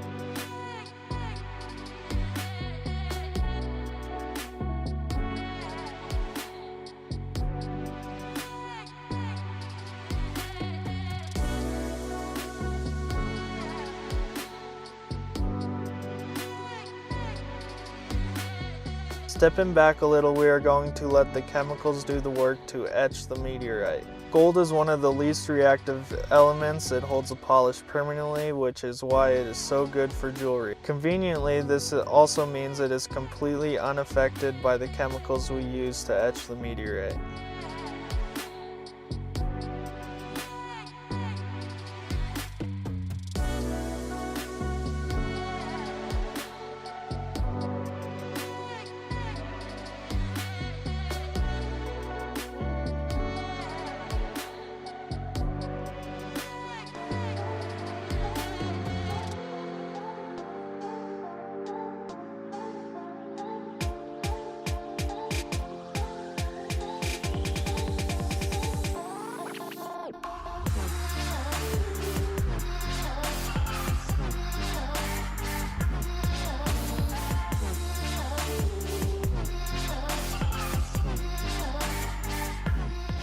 A final polish with a felt pad and this ring is complete.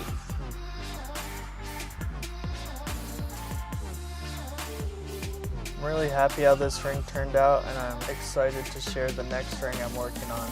Everett, I gotta say I'm really impressed with the way this ring turned out, and that press fit I couldn't have done better myself. I've also got a really cool custom ring project in the works, so look forward to seeing content from both Everett and I in the coming weeks. As always, your guys' feedback is always appreciated. Let us know how you're enjoying these videos in the comments, but I think that's gonna be it. Thanks so much, Everett. We'll catch you guys in the next one. Thank you. Hello YouTube, welcome back to the channel. Today we're going to be doing a viewer requested video. So I saw a whole bunch of comments requesting this. We're going to be doing an obsidian finish meteorite ring. So you've seen the one we did with the superconductor. This was the original. And then I had a bunch of suggestions that I do it out of Damascus, so we did the same thing there. And then of course I should have expected it. Saw a bunch of you guys commenting saying do it out of meteorite. So that's what we're going to be doing today. We're going to put that obsidian finish on it and then we're going to etch it in muriatic acid, and that's what brings out that really cool pattern that it has. And it's specific to the Muaniana lusta meteorites that we use. So it's really interesting. I love the patterns on there. If you have a second, take a look at the Wikipedia page for Muaniana lusta meteorite. It's kind of a mouthful to say, but it's spelt just how it sounds, so you can just type it into Google. There's actually a lot of really interesting history to every single one of these meteorite rings we do. They've literally been floating through space for maybe even billions of years. Landed in the Arctic Circle near Sweden is where it was first discovered, and it's actually that time that it's spent in space where it grew that crystal structure that you'll see after we etch it in the acid. So really interesting, a lot of cool kind of history to every single one of these rings. That's a really big reason why I love working with meteorite. So let's go ahead and get started. So for the first step, we've got our blank here. We're just going to be hollowing this out. I have these blanks cut out by the water jet channel. That saves me so much time. It would literally take me like 5 to 6 hours before, just going from the slab of meteorite and using a combination of different saws, hacksaw, jewelry saw. And it doesn't help that the meteorite slabs are just so raw and natural. So this is a huge time saver. So I love having these blanks here ready to go. I just simply need to hollow it out, get it to the size I want. And then you can see I'm using the boring bar to flatten out the side a little bit. I usually wait to do that with one of the left-hand cutters once we've got it on our ring mandrel, but this time I just decided to do it while it was on here. It's kind of fun to just switch things up. And as you can see, it gives you the same result, just evens out that side.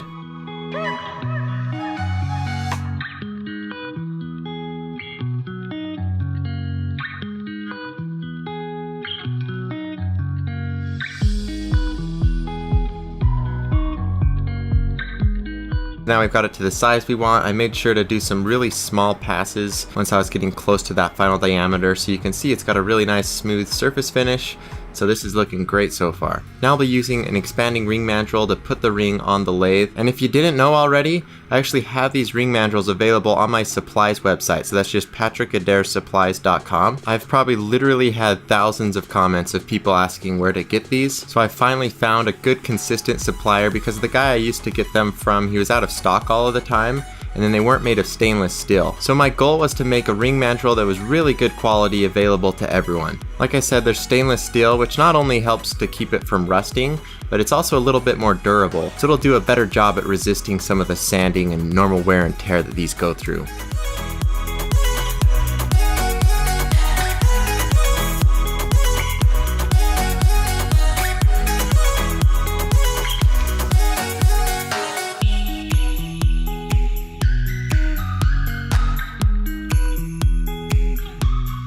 Now I've got the outside of the ring all smoothed up. We made sure to cut into it. So we've got all new Meteorite exposed here, so we've got a perfect surface finish. Now I'm putting the ring back in the lathe jaws, and I do have to be careful at this point. Meteorites can have little fractures and cracks all over in them, so you can't just crank it down as hard as you want.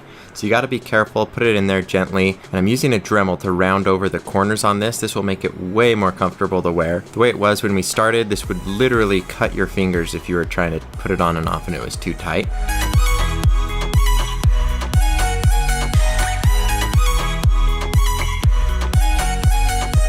And I of course flip the ring around, that way we can get an even rounded edge on both sides of the ring. And then when I was done with that, I actually went back and I used a finer grit Dremel sanding drum because I was using a pretty rough one and some of those lines may have shown up even after we etch it in acid. So you'll notice in the later shots, even though it wasn't on camera, you can see it is a bit smoother on the inside.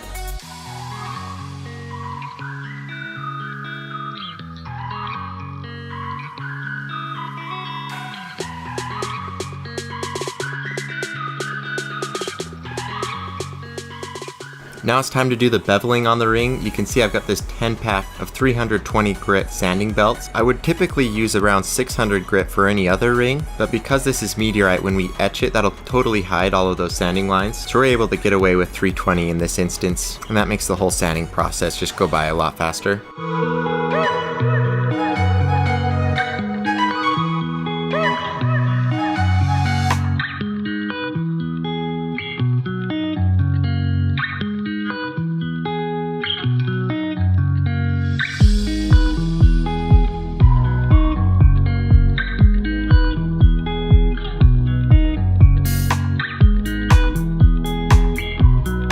So the shapes I put into it, you've probably seen in my other videos. I've just got my belt sander and I keep adjusting the angle that I've got it set to. So I'll go in and I'll grind 4 or 5 flat faces on it per angle that I do, and then just repeat that process until I'm maxed out on the angle that it can actually support. And then we're finished. It's got that obsidian faceted surface that we're going for. And of course, along the way, I'd stop and look at it and see what needed to be touched up. If it was looking a little bit weird in a certain spot, I'd hold it at a different angle by hand. And if you watch carefully, you can see me do that at a few points. That's just to fix up some of the faces on the rings that I thought would look better at a different angle. Now we're almost ready for acid, but this does have some sharp corners to it right now. So I'm taking it over to my Dremel and I'm going to be gently rounding off some of the corners just on the edge. I definitely don't want to detract from the look of the ring, so just enough that it's not uncomfortable.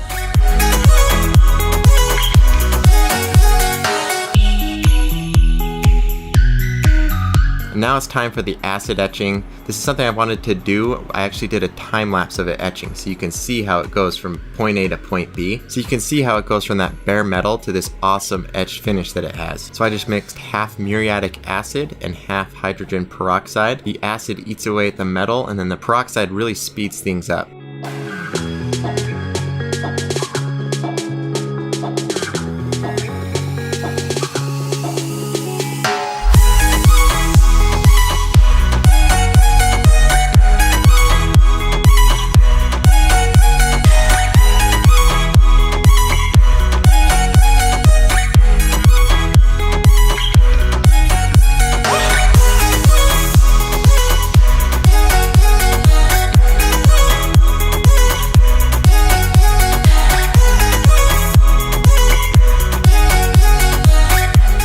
So I let that sit in there for 10 minutes, and then I come back and flip it over and let it sit for another 10. Now that it's done, I'm pulling it out of the acid, and then in this cup here, I've got water mixed with baking soda. That'll neutralize the acid so that it's safe to touch. And now we're done. So here in this close-up shot, and you can see just how cool the different angles and edges on this ring look. It's got so many different faces, and so there's a bunch of different lighting sources we've got in the room, and so you can see it kind of reflects everything, and it makes for a really cool, almost like ancient worn effect that it has. I think the etched surface and patterns that it has go perfectly with the obsidian finish we put on it. And you can see in these photos I took with my white box that I actually only used one light source here, and I didn't use a diffuser, and that was to make the light kind of harsh. And the reason I do this is because this ring looks better with harsh lighting, and that's kind of how lighting looks like normally in real life. It really helps get those edges to pop, so you can see all the different faceted surfaces of the ring. So it's actually kind of challenging to photograph this ring, but I think I was able to get some good results here. But be sure to let me know what you think in the comments. Which of the 3 obsidian finished rings do you like the best? It's kind of like the holy trinity. We've got the superconductor ring, the Timascus ring, as well as now we've got the meteorite ring. So those 3 together, and you can see them all in this photo right here, just make for one epic collection of rings. I put all 3 of them on my hand, and it's just kind of cool to have all of them on there. But anyways guys, let me know if you have any suggestions in the comments. There might be a 4th or even 5th material that we want to do a finish like this on, but I don't know, these are kind of like my 3 favorite materials, and I definitely don't want to overdo it with the obsidian finished rings. So let me know what you think. And if you're interested in purchasing a ring, I've got a link to my website down below. And for all of you interested in making rings yourself, like I mentioned earlier, I do have my supplies website up and running, and I finally have those ring mandrels available for pre-order. So check that out, and then you can also see 3 little buttons that pop up on your screen. On the right, that's just the PAD logo. That's where you can subscribe to my channel if you want to see more videos like this. And then in the bottom right, that is a video that YouTube is personally recommending to you. So based on what you're interested in, they recommend one of my videos to you. So I think you'll enjoy that. And then of course in the bottom left, that's a link to my website. Hope you guys really enjoyed the video, and I'll see you in the next one. Hey, what's up guys? In today's video, we're going to be making a custom ring for our customer, Aaron. He emailed in with his budget and his design idea, and today we're going to make that happen. So he sent in, this is purple heart wood. It's a really special species with a really awesome color to it. That's going to be the liner for the ring. On the outside, we're going to have meteorite. I love working with this material. It's just such an amazing, literally out of this world material. That's going to look great in the ring. And then for the inlay, we're going to kind of go crazy. So it's going to glow purple. And then for some of the colors we're going to be using, obsidian black, Maui blue, bright sapphire blue, and then this nice violet color.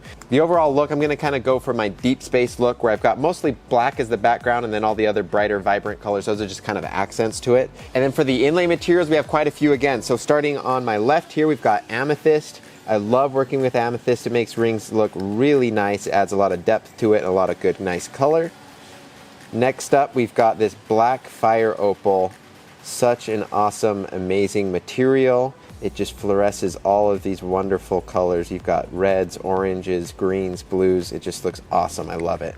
Next up, we'll be using lapis lazuli. I love this in rings. It's such a dark, vibrant color. If you didn't know, they used to use lapis lazuli in paint pigments. It's just that blue. Then the final inlay material is going to be alexandrite. This is such a really cool and unique material. If you didn't know, alexandrite, if it's exposed to UV light, whether it's a UV flashlight or UV light from the sun, it fluoresces a bright red. It's a really incredible property that it has, and I think it's going to look really cool in the finished ring. Anyways, what I want to do next is drop a quick sketch of the overall design. That'll make it a lot easier to visualize and a lot easier to make.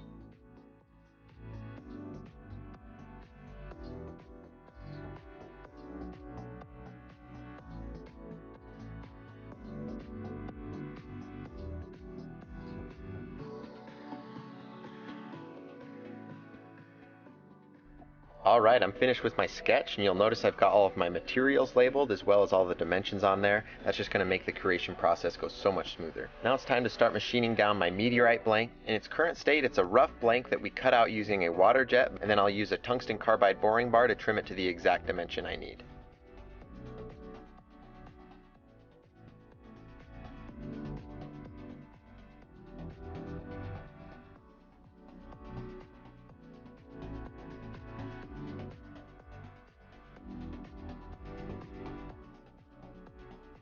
Now that I'm finished with the inside, I'll put it on one of my expanding ring mandrels, and then again I'll be using tungsten carbide tooling to get the width precisely where I want it, as well as the outside diameter.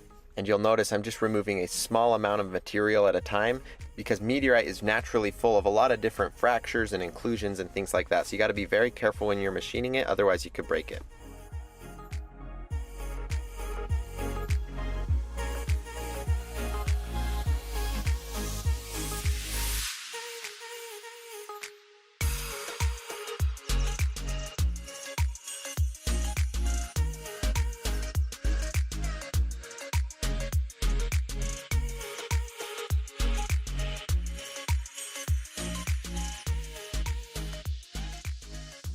Now using a Sharpie, I paint the surface of the ring black, and then I use my calipers to scribe some lines right where I want to cut the inlay channel.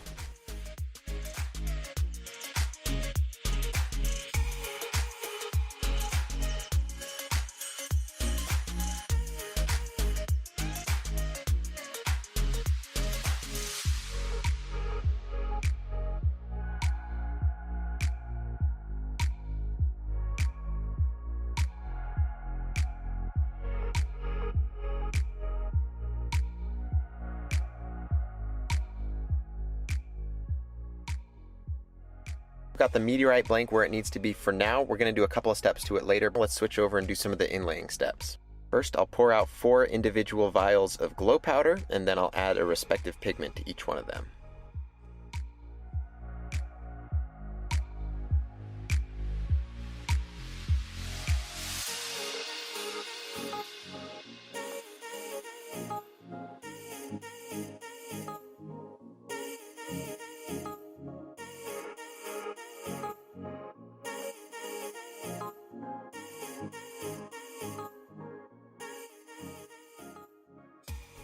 Now let's move on to inlaying. I'm going to start with the alexandrite because I've just got this little piece of it. I want to make sure to be very careful with it and utilize it exactly how I want to.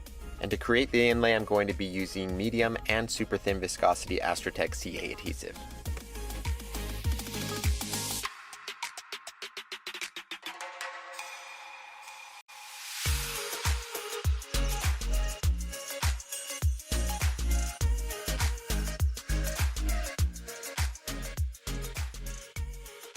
Now using tweezers, I go all the way around the outside diameter of the ring. First I'm inlaying the alexandrite because like I said earlier, we've only got a little bit of that, so I want to make sure to utilize it perfectly.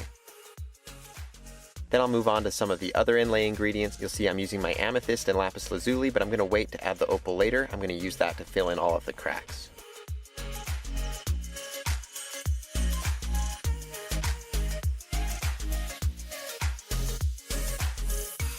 And you also want to be careful that you don't make any patterns on accident. It's really easy to accidentally space out all the materials very evenly, and then you're left with a really unnatural looking ring.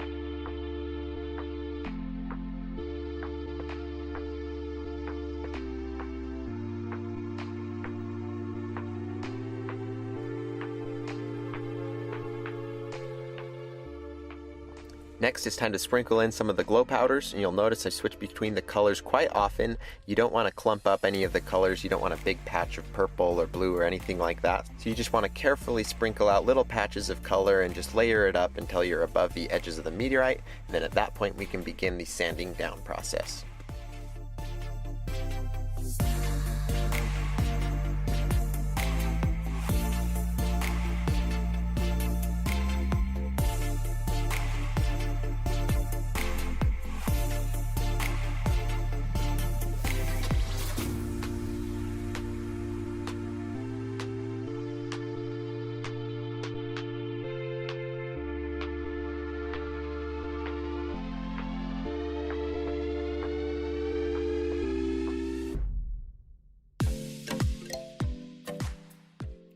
Now it's time to trim down the inlay. To start out, I'm going to be using my roughest Dremel bit, and I'm just going to try to get rid of as much excess material as possible.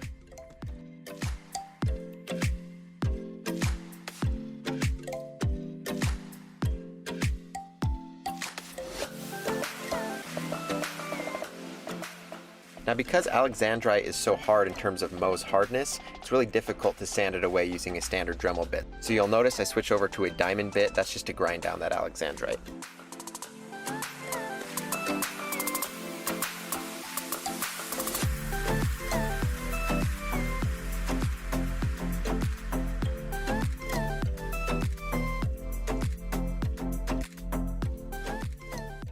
Now that I've got everything flushed, I'm going to go ahead and switch over to the sandpaper. I'm just going to get it sanded down perfectly smooth and ready to polish, but we're going to do the polishing later on.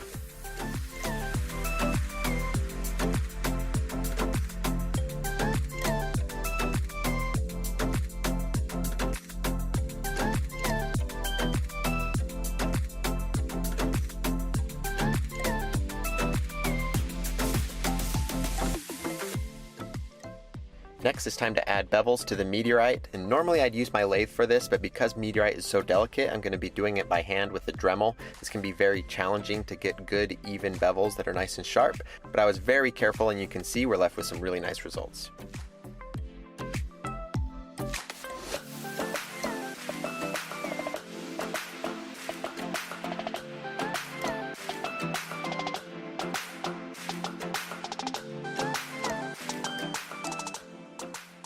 Now I need to hollow out the inside of the Meteorite. I purposely left it really thick up until this point to give it some added strength, but before we add that wooden liner, we need to hollow it out. To do this, I have a special adapter that allows me to attach my Fortum tool into my lathe, and then I have a tungsten carbide burr that will be able to very gently machine out the inside of the Meteorite. If I was using a regular lathe bit like I did earlier, it'd completely obliterate the ring.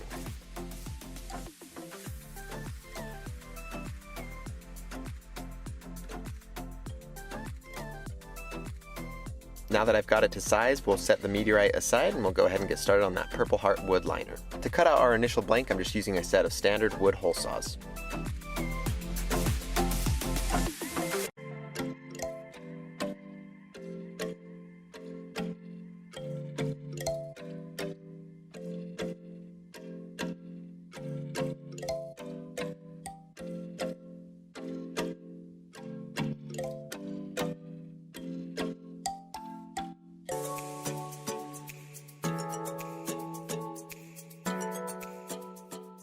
Now on the lathe, I'll machine it down to our exact specification.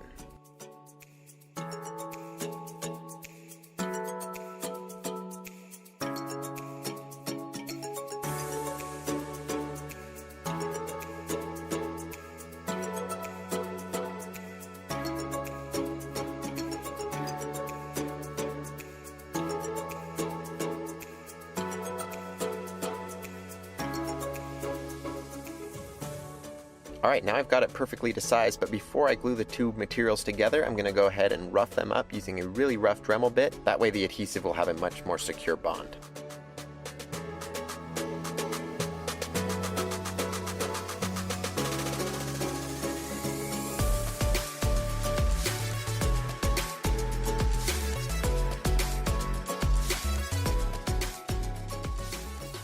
Now I'll use a belt sander to sand away all of the excess Purple Heart wood.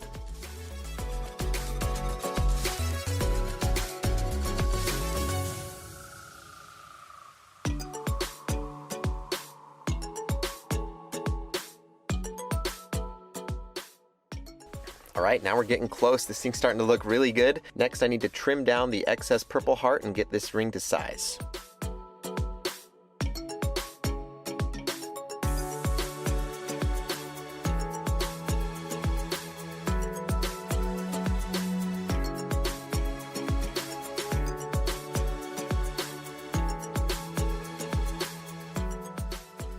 Alright, I've got the size right where I want it. I'm going to switch over to sandpaper now and we'll give this a nice comfort finish.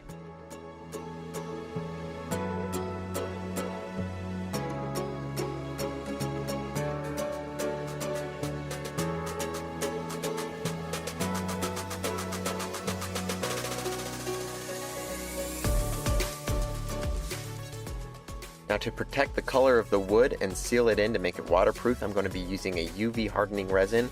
This is an extremely durable resin and it'll leave us with a really nice glossy finish.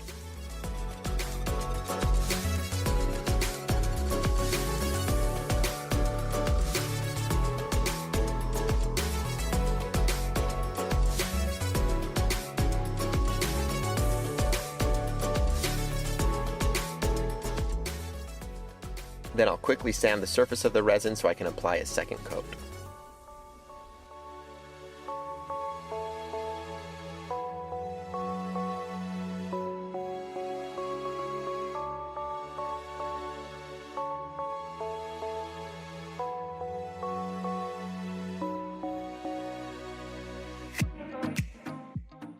Now I'll set the ring into my UV chamber and I'll leave it there for about 30 minutes to fully cure that resin. Now that I'm done using the lathe, we're going to go ahead and give the outside of the ring its final polish, so I'll do that now and we should be ready to etch it. Now for etching, I usually don't show my full detailed process on camera, but I've decided to do it this time and I'm just not going to label all of the fluids. First, the meteorite will be etched in an acid.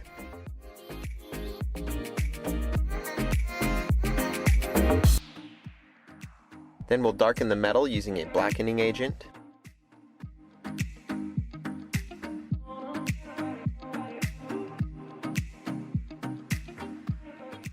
Then we'll neutralize all the chemicals.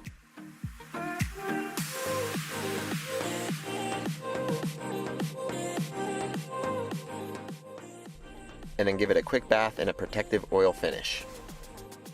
Now as a finishing touch, I'll use some still wool and highlight some of the ridges on the meteorite. So there's the ring finished. I'm really happy with the way this turned out. I think all of the materials work really nicely together. And the purple heart on the inside, I think that's really special. I'm glad that Aaron was able to send that in just to really personalize this ring. But anyways, guys, as always, I'd love to hear your thoughts about this down in the comments below. That's how a lot of our content is made. We go through those comments, we have our conversations back and forth with you guys, and we come up with our ideas and we make them happen. If you're interested in getting a custom ring for yourself, we don't do them very often, but I will have a link to that form down in the description below. If you're interested in any other rings, we'll of course have a link to our website as well. Anyways, guys, thank you so much for watching. I'll catch you in the next one. Hi everyone, welcome back to the channel. Today we're making an acid etched obsidian finished meteorite ring. This is a very unique style of ring. It's probably something that most people have never seen or even considered to be a piece of jewelry. But the end result is absolutely killer. It looks amazing, it feels cool, and the story behind it is even more fascinating. The meteorite we're going to be using is called a Lathe meteorite. As this beautiful alloy is floating through space as a meteorite for millions and millions of years, it cools at a certain rate over a long period of time, which is what creates those crystalline patterns. That's why we're not able to reproduce it in a laboratory setting. That's also what makes this meteorite so unique and so rare.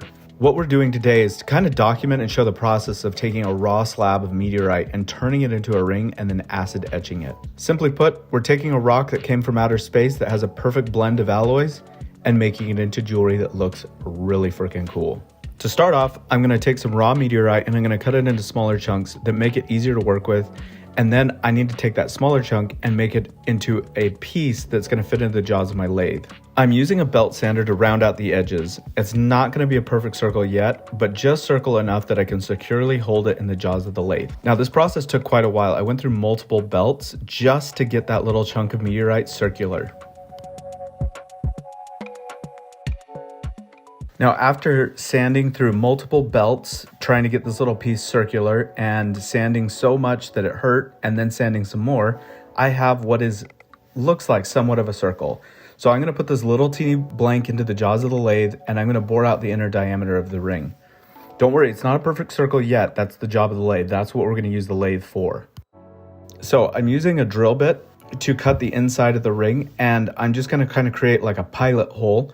And the pilot hole is going to help me get some more advanced cutters in there that are going to help me get the inner diameter to the exact size that I'm wanting.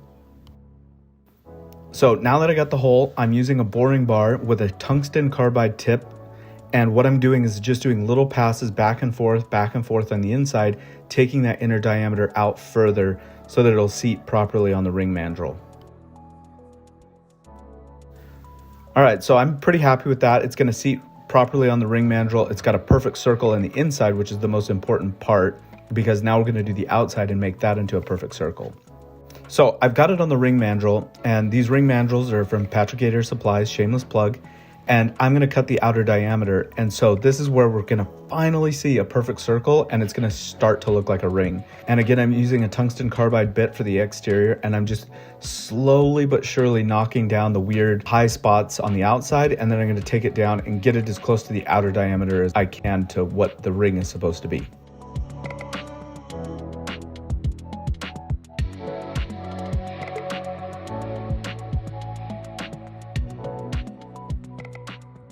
All right, so now that I have the outside done, I'm gonna actually go back into the inside jaws, and this is where I'm going to size out the inside to the perfect size. So I'm gonna be doing lighter passes, nice and easy. I don't wanna go past the ring size, so I'm gonna go nice and easy and measure a lot to make sure that I get to the exact size that I'm wanting. All right, so now I have the inner diameter done. I actually left it about 0.1 millimeters shy of the exact ring size that I want, and that's because I'm going to be using a rotary tool with a drum sander on the end, and I'm gonna be cleaning out the inside and all those cutting lines. I gotta clean those up, and it's gonna take about 0.1 millimeters to do that. And then from there, I'm gonna add some comfort fit. So not only did I remove all the scratches and cutting marks, but I'm also gonna use this tool to make some comfort fit. And I'm gonna angle it and really finesse how I want this to be shaped so it's a nice ring to be worn on your finger.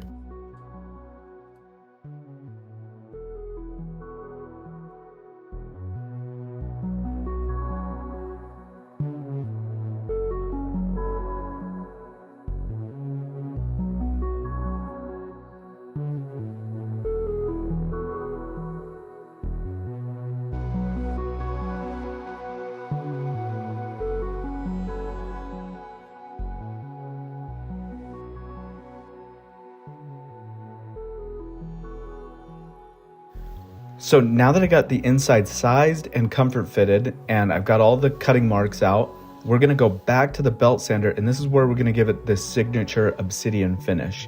And so we set the belt sander at different angles, and we slowly but surely facet the ring all the way around in different angles. So the result is we have this nice raw faceted finished ring. We want it to be hand finished because we don't want it to look like it's machine finished in some big factory or something like that. We're hand doing this. And so we want it to look a little chaotic and to have different angles and have that hand crafted touch to it that makes it so unique that it'll never be duplicated again.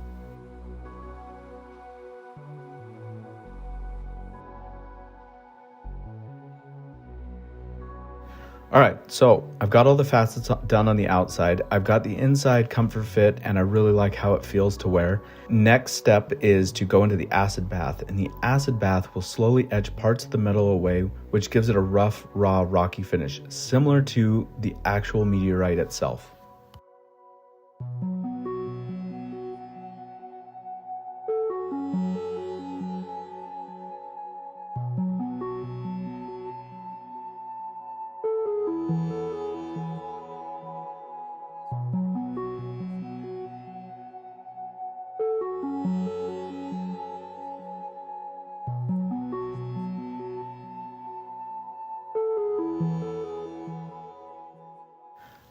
All right, now I pull it out of the acid bath. It still has a very silver color, and we're gonna be taking care of that in the next step. We're gonna be putting it into a blackening solution to give it a nice dark appearance. The blackening process is pretty quick. I don't have to sit and watch it. I can dip it in there, I give it just a minute or two, and then I pull it out. It immediately oxidizes the metals on the outside of the meteorite. And so when I pull it out, it's gonna have a really nice dark finish. This blackened finish is what a real meteorite would actually look like being pulled out of the ground after it smashed into the planet and obviously cooled off so you could touch it. So finally, I'm gonna actually clean it up a little bit. I'm going to take some steel wool and rub it all over the ring, take a little bit of the blackening off to give it a little more character and kind of an antique finish. The meteorite itself has been cruising through outer space and finally crashes into Earth. And so what we want to do is make sure that this ring has a similar finish, feel, and look to it. And there it is, the finished ring. I'm very, very, very happy with how this came out. It's exactly what I was going for. This is totally one of those rings where you can say, I'm wearing a meteorite on my finger, and people would look at it and think, that does look like a meteorite. So I'm really, really happy with how this came out. This ring is available right now. It's called the Obsidian Finished Acid Etched Meteorite Ring, and it's available right now on our website. There's a link in the description too. And make sure to subscribe and sign up for notifications so that you get notified when our next video comes out.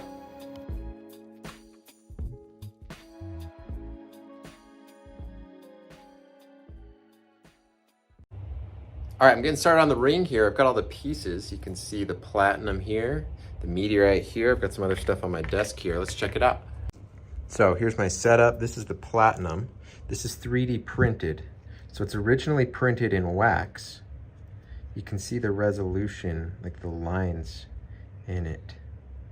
So we need to smooth that out. So it's printed in wax, and then they cast that wax in a plaster, and then they melt away the wax, and then they pour in the platinum. So you can see those 4 little spots on it. That is where the sprues were connected, and that is how the platinum flowed into the piece. We've also got the second piece right here. You can see I've already went ahead and used the micromotor to get rid of some of that. So there's the platinum dust that got collected. So we need to go in and remove all of those, or else we won't be ready to move on. They won't work in the next step. There's a closer look at the resolution of the printing. So obviously we need to smooth that out before we're done. Here is the meteorite blank. It's pre-manufactured to size. In theory, we could just etch this and it would be an awesome ring ready to go. But I've selected this one that'll fit perfectly right in here. So once I machine this to size, it'll slide over that sleeve over it. And then we'll conjoin them, similar to my ring, which I've got right here. And then here is the solder. This is a paste. It's got platinum particles in there. So we'll use that to join all the materials together soon enough.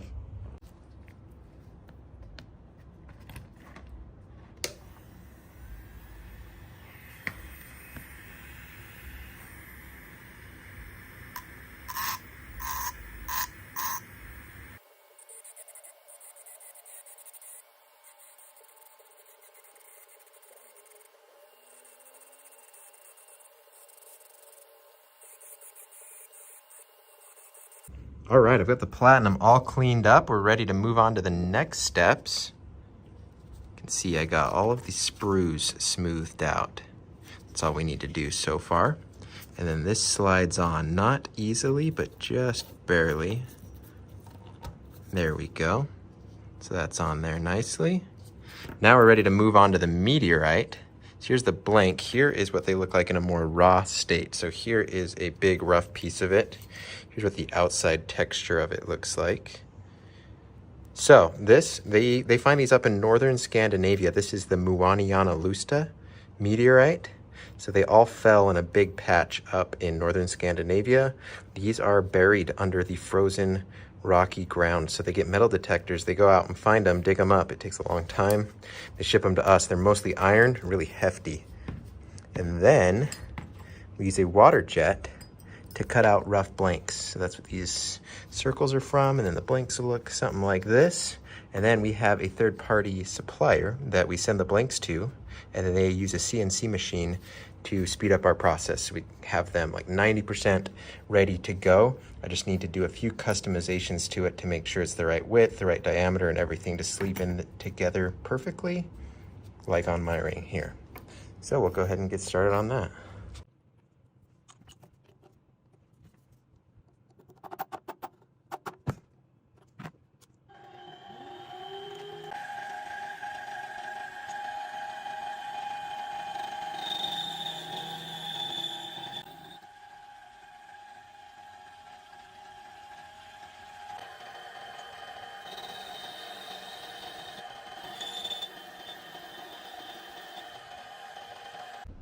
All right, 21.72 millimeters is our OD here, outer diameter. Now we need to go just above that with this inner diameter in order for them to fit together. We are right almost there, so we just need to do one final pass and then they should fit together nicely. Right now it won't quite go.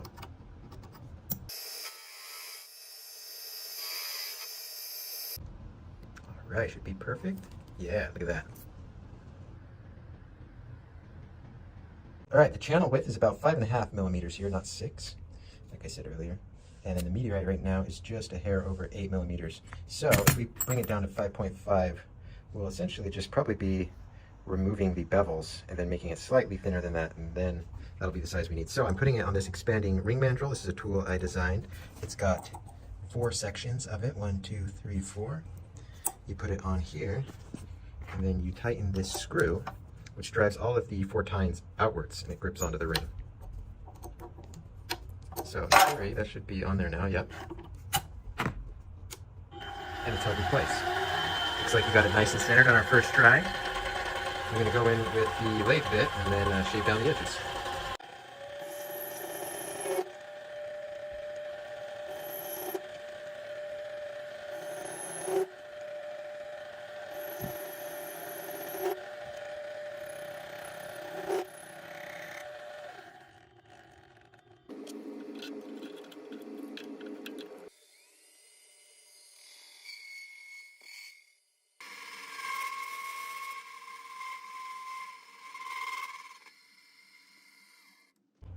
All right, we've got our width right where we want it, so we can go ahead and loosen this, pull it off, and move on to the next step. There's a little bit of a burr left on the meteorite, so I need to knock that off with the micromotor.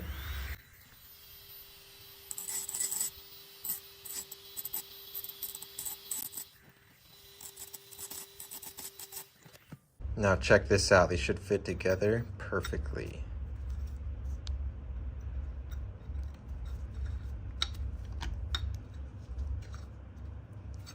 Look at that. Okay, we're getting there. I need to shove this on, but I don't want to force it right now. Nice, this is gonna look so clean. All right, it's been about 15 minutes. I've just been working on the fit and finish of everything. You can see how nicely everything's fitting together. The meteorite needs to be sanded down, obviously, shaved down, but we're gonna do that later. I've just been using this hand file and going in and just getting everything just perfect. Now our next step is going to be to conjoin everything together. We got to use this solder. We'll get started on that right now. All right, I've got my soldering station all set up. Here's the ring. I've applied some flux. That's that liquid you see on there. And then that paste, that is the solder itself. Ready to go ahead and get started. Here's my jeweler's torch. I'm using propane and pure oxygen. And then I mix the ratios here. It's a little bit tricky one-handed. There we go. There we go. There's a proper flame.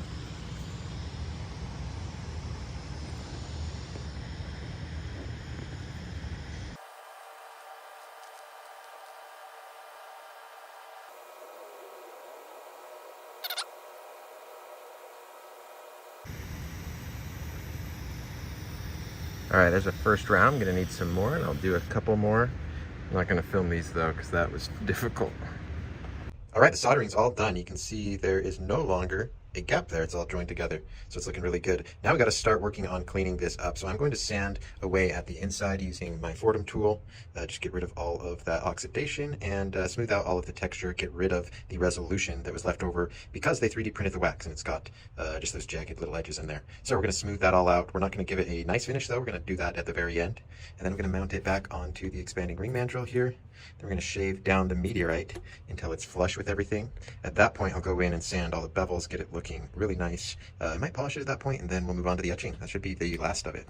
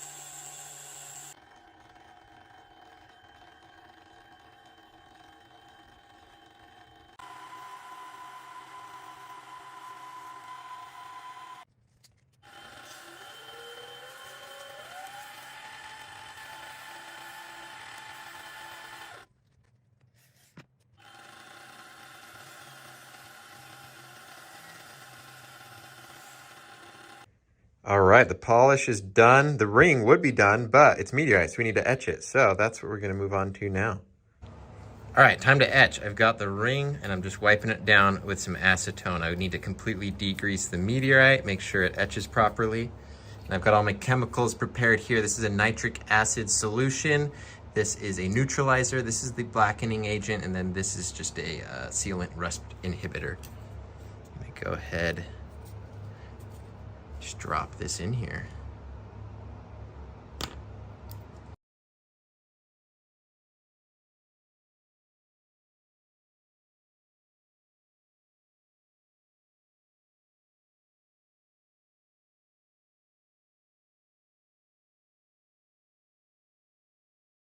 All right, etching is finished. Let's pull this out. It's looking awesome. Go ahead and neutralize it.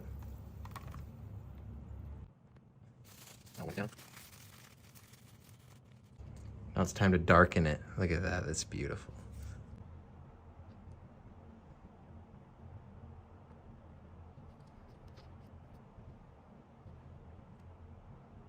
All right, time to darken it. This is going to provide a lot of oxidation resistance. It makes it too dark though. I don't like it that dark, so we're going to get rid of a lot of it. But a lot of the deeper cracks and grooves of the meteorite will be really protected because of it.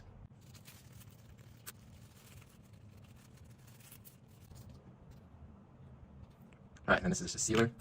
Same thing as the blackening. This is going to penetrate deep into the meteorite, give it as much oxidation resistance as we possibly can.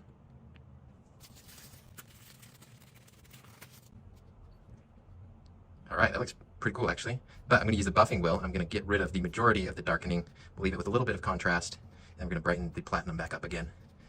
We're almost there.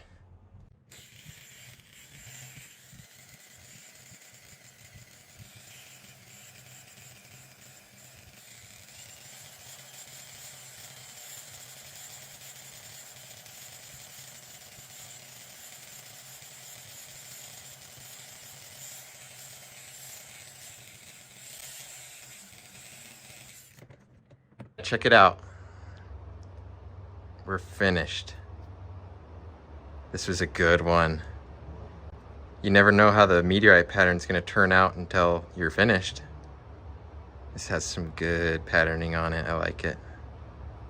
Turned out great. The platinum, super classy. Really resilient. Awesome. Hope you enjoyed, Andy.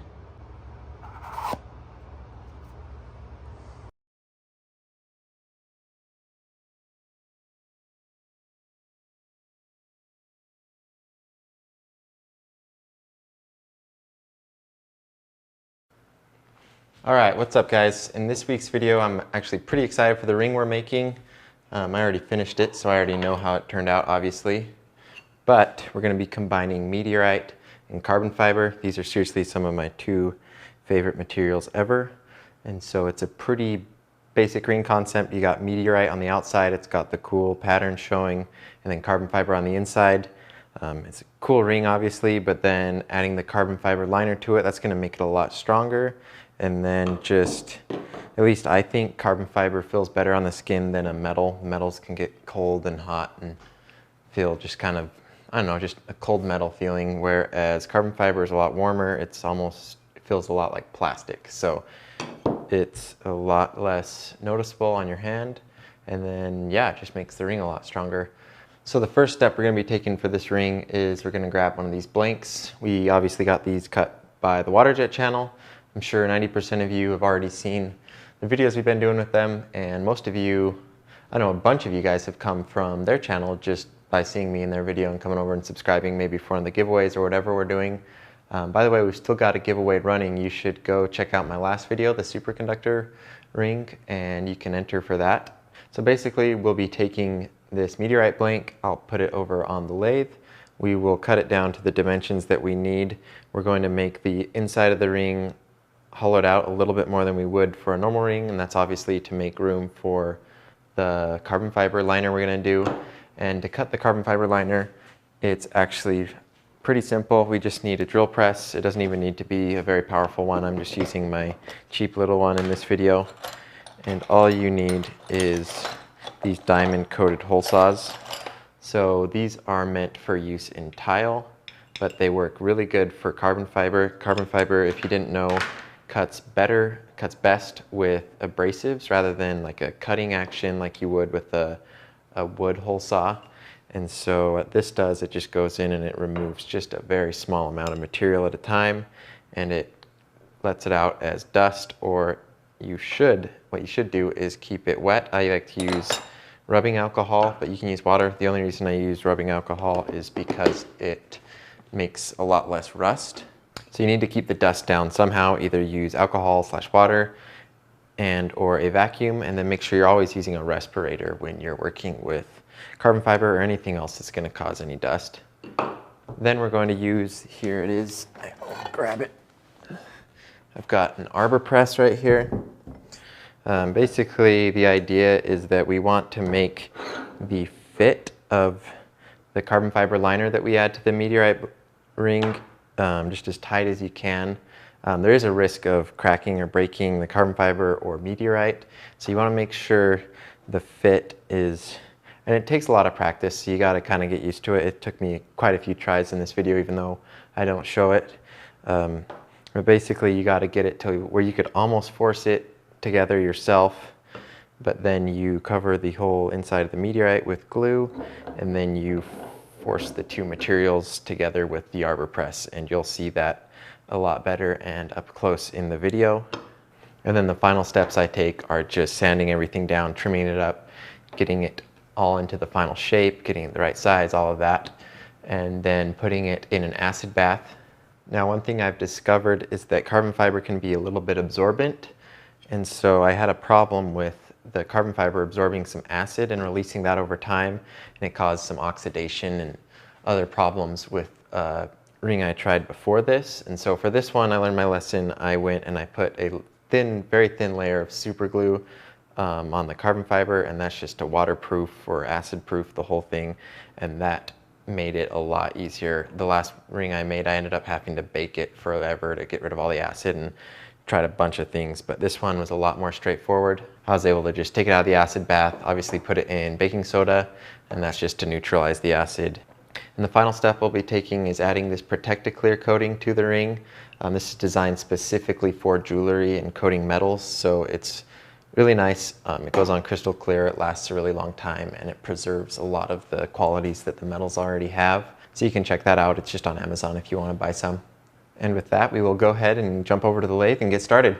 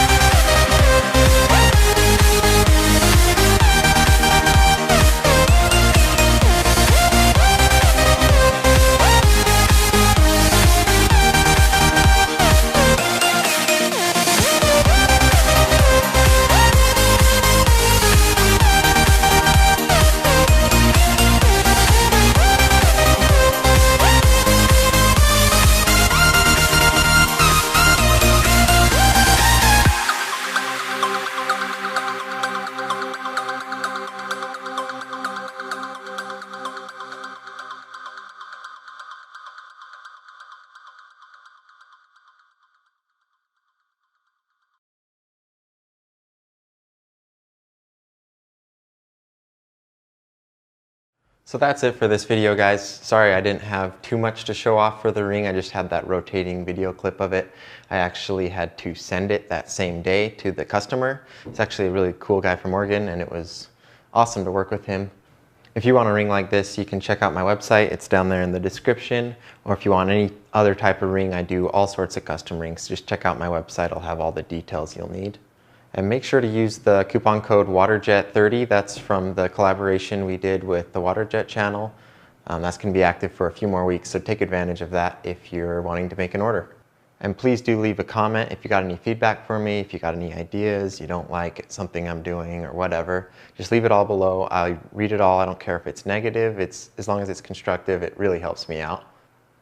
So that's it for this video, guys. Stay tuned for all the other projects I've got upcoming. I've got a bunch of new ring ideas, and I actually just got a new mill. I'll show some pictures of it right now. That's going to let me do a ton of new, cool, different ring designs, and I've got a few other videos filmed, so there's going to be a lot of new stuff coming out. Hope you guys all like it. We'll have some giveaways coming up. So thanks for watching. I'll see you guys in the next one.